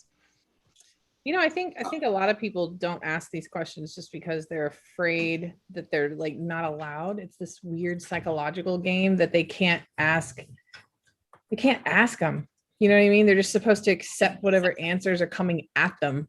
Right. And I hate that. I'm like, no, you need to feel empowered to question shit. I don't care if you think it's stupid or anything else. You're going to look real dumb if you didn't ask and something in the end ends up blowing up. Like, ask now when there's a lot less on the line. But if you're afraid to ask, what does that tell you about your relationship? Mm-hmm. A lot. I mean, in a good relationship, I'll ask questions. I'll be honest. I'll be transparent. You know what I mean? I won't feel uncomfortable. And I think one of the things that comes off kind of funky, like when I talk to like state CISOs, it'll be like, hey, and you get all chummy with them, like, whoa, what the fuck? You're not Accenture. No, not Accenture. Nope. Hopefully we can take business from them. You mean you're not going to come in for the next 6.5 years, do absolutely fuck all while sending me a bill for $2.2 million a month? Accenture does not do that. That's what? High. that's usually what I. That seems awfully high. That's by the way, that's another negotiation point. You guys put that call in your them pocket. call them and ask them to do an SAP implementation and tell me what they come back with. Oh my god. Oh my Better god. yet, don't. They're happy to implement SAP for the next 10 years. You'd be better off instead of SAP, you'd be better off with, Excel and paper. I mean, just to cover some of the points that were covered here, I mean, you wouldn't accept anything else into your life without asking some pretty strenuous questions. Why are you accepting a cybersecurity vendor into your life? You shouldn't. There are a lot of people who do. Again, okay, this is where we go back to, you know, when we talk about, you know, the average, and I'm going to use intelligence as a measure, which I hate using, but I'm going to use it. You know, you say the average intelligence is X. There are, in this country, 160 million people above it, and there's 160 million people below it. Some of those people on both sides of that line are not necessarily going to ask the default questions. They just don't. Otherwise, we wouldn't have, what's the damn divorce percentage? And by the way, we're talking to somebody who's done it 3 times. Yeah, that shit ain't happening again. Yeah, and so what we should ask and what we do ask are 2 different things by far and away. But I think that's one of the biggest problems we have. Well, I like the concept of the 20 questions because let's simplify this shit. Yeah, exactly, and that's it. That to me, that's nobody wants to do a risk assessment. They don't. This is a harsh reality of my business. I sell a product that everybody needs and nobody really wants to use. Nobody wants to do it. Nobody wants to do it. It's hard. It's fucking time consuming. I'm not into it, right? And we've made it as easy as you could possibly get it. But it's still work. And so you're like, hey, you got to pay me some money to do some work. Well, that's it. That's just it. Pay me money to do work. That's the problem. People don't like to work. People like to work. That's why you got Alexa, you know, Alexa, order me some chicken. You know, it's like, boop, boop. You used to have to fucking like, it doesn't fit into my self-care regimen. Yeah, right. It's crazy Alexa, I kind of want to give Chris an Alexa and I want to hack it. And I want to make it so that when he wants to go to the fridge, he has to ask Alexa first. And she's got a bit of a like Southern black lady attitude. And she's like, listen, Chris, you don't need none of that. What you need to do is you need to go hit that climbing gym. Do Jesse's voice. Oh, that's even better. God, yeah, that would be hilarious. Yeah. That would be hilarious. And you know, speaking of fun things to do with hackers, I have some, and a little off subject because we're after hours. I have some friends. It's a shit show. There is no subject. Oh, thank God. I have some friends that are going to Vegas the first week of August. I'm not going this year. I won't be there. Sounds hot. I'm not going either. We have our team like a lot of vendors and it's empty. Yeah, I'm not going this year. Not going. The older I get, the more frustrated I get with it. I mean, you got the DEF CON, which is cool, but you know, after a while, it's just like, fuck, I'm tired of cool. You know, and then you got the Black Hat, which is all gone like fucking way weird. I sat in the last Black Hat like talk. I sat in the front. It was about how to build a security program or some shit. And I was like, really? How the fuck did you get this speak? Well, he got it because, you know, it was pay to play. And then there was another one. Then there's another one about hacking. The fuck was it? Oh, chip and pin. Right. And the guy, you know, I thought, and there was no real details about how he was, you know, how it was going to go down. And I sit down and he starts going into it. And I'm like, but you have to have physical access. He's like, yeah. And I'm like, well, fuck. I mean, come on. I mean, anything you can get physical access to, give it enough time. It's own it. Yeah.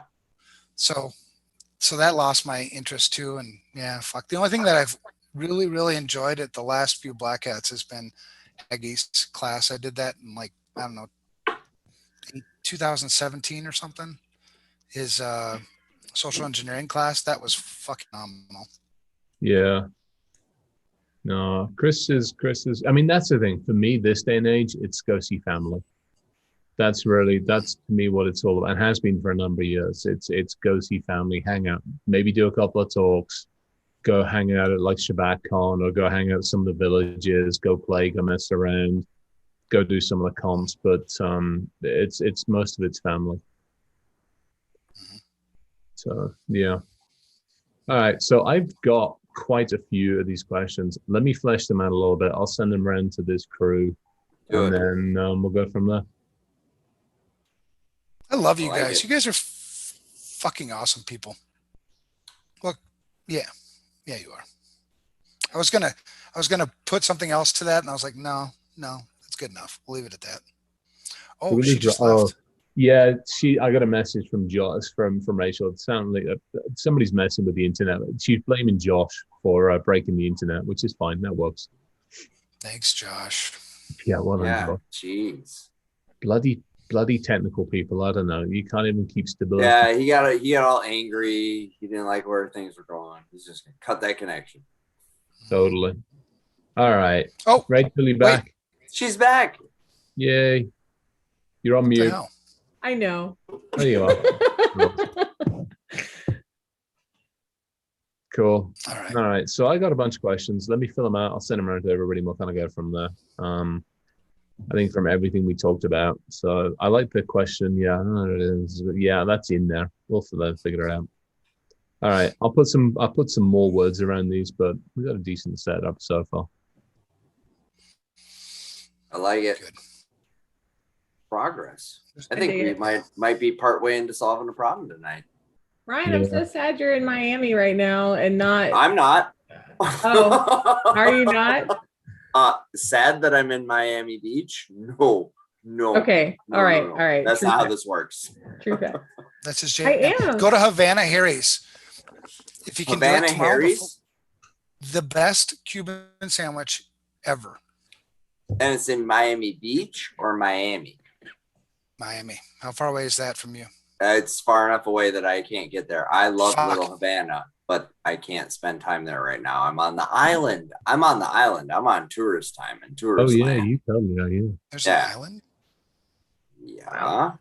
Miami Beach. It's an island. It's different. It's not real Miami. See, the police here, they do things different. Are you homeless? You need to go away because we have tourists here that are spending money. So you need to hide.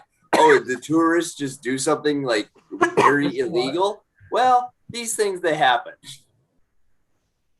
Damn. Basically, don't rape and murder. And it's kind of like I went into the Walgreens. Somebody's buying beer at like 3 a.m. and they're like, and I'm like, I thought y'all quit selling at like 2.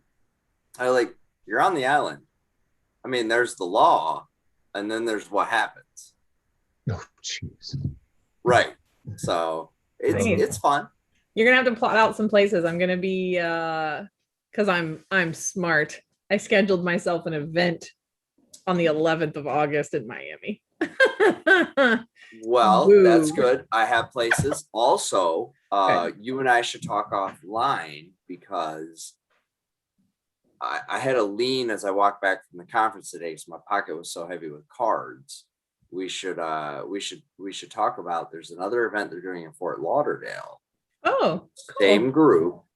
I feel like there's a lot of folks you need to meet. I feel like that's this particular audience is well suited for what you're trying to do. So we should talk offline and maybe you get a booth or we do some kind of joint situation or something. But Yeah, to be fun. well worth my time. Oh, okay.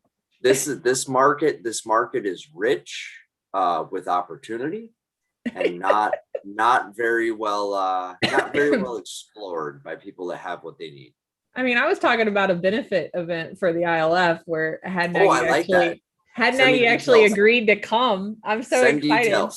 Send me details. I'm setting it up. I'm so excited. Oh, and then another, I don't know. All of a sudden, I just started doing a bunch of ILF stuff because I had a little bit of time on my hands. So I did a CTF with ILF, and that's going to happen next month. And then the event in Miami with Had Nagy, and that's going to be fun. Yeah, I don't know. I got all How do you excited. do beach? Do you beach well?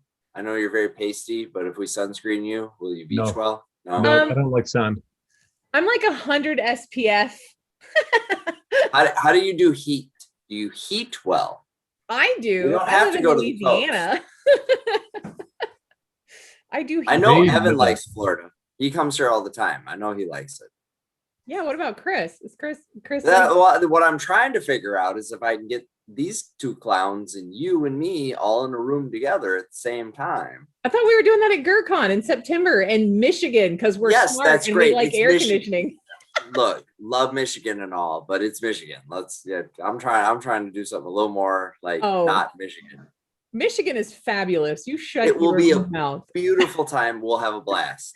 I like palm trees better than I like. I hate to say it, 99 times out of 100, I would take Michigan over Florida. Really? Yeah. Oh, High five. Like High five. better than Ryan. Yes. Yeah, I'm sorry. You and your no, I can't. Well, I'm sorry. I just the only thing. Here's what we can do. You guys come to Puerto Vallarta in February. Okay, that might be allowed there. Actually, if I can come in by boat, maybe I can do something, but I can't come over land. Hey, Chris, I will arrange your travel. No. Yeah, I love you. I absolutely do, but no, I don't need a FedEx box with air holes. That's not what we're doing. That's not what we're doing. Stop it! I can't breathe. You'll get a passport that says Ryan, but it has your picture Chris, on it. I also Chris, don't parachute out of any more freaking you're my airplanes. service dog. Oh, there we go. There we go. Yeah, Emotional You're my service dog. Emotional support. Yes. God help us. Someday, if your other can help. I don't know if they can. I think He's a Great Dane. He That's has to be right. a Great Dane. We mark him down as a Great Dane. That is true. That might actually work. Oh my God. I'll come in by Right. sub also. There's a couple of spare submarines that Miami got that they confiscated for some folks down there. I know how to get hold of one of those. I'm pretty sure I ran into the cartel, dude. We could totally get you subbed in. It's fine. They gotta bring the money back anyways. So here's the problem. You can run into the cartel up here in Minneapolis. Let's just not. Yeah. Well, that's for a non-recorded conversation. It's like this is on the internet. Yeah, exactly. Yeah, let's just not go in there on that one. Such a bad idea. So bad. No, so GERCON, we're doing that. That's happening. When I'm is that driving again? It's I'm driving. really. Yes, really. Yes, please. Have you not September met this 11th dysfunctional and mess? 12th, isn't it? 11th and 12th, I think. No, isn't no, it? it's 16th. 16th. Of what month? September. September. All right. Focus. 11th and 12th or No. 16th? I heard multiple 16th. dates. 16th. Okay. Look, All I right. will give you the gift of a link. Calendar. I'm working on it. I'm actually putting it on the calendar right now so that it's actually blocked and I can make I sure. need to talk to Chris. and If see if anybody this- wants to sponsor it, let me know. I will hook you up with Jamie. Okay. GERCON, go there. That's where you should go. Dearborn, right? No, Grand Rapids. What? Grand Rapids. That's why it's I don't know. GER. Right. This is getting out of hand. I gotta go. Yeah, I know. All right. Love you guys. Love you too. Love you. You I guys got have a good coffee. one. Look, you guys, I'm hanging out with Alyssa Valentina Knight tomorrow. I gotta go and get some sleep and shit. This is amazing. Do me a favor. Send hugs, please. I will. And Alyssa's I'll, amazing. yep. Yeah, send huge Will. hugs, please, definitely. I'm so excited, you guys. All All right. right. I like it. Take Bye, care, everybody. everybody. Bye.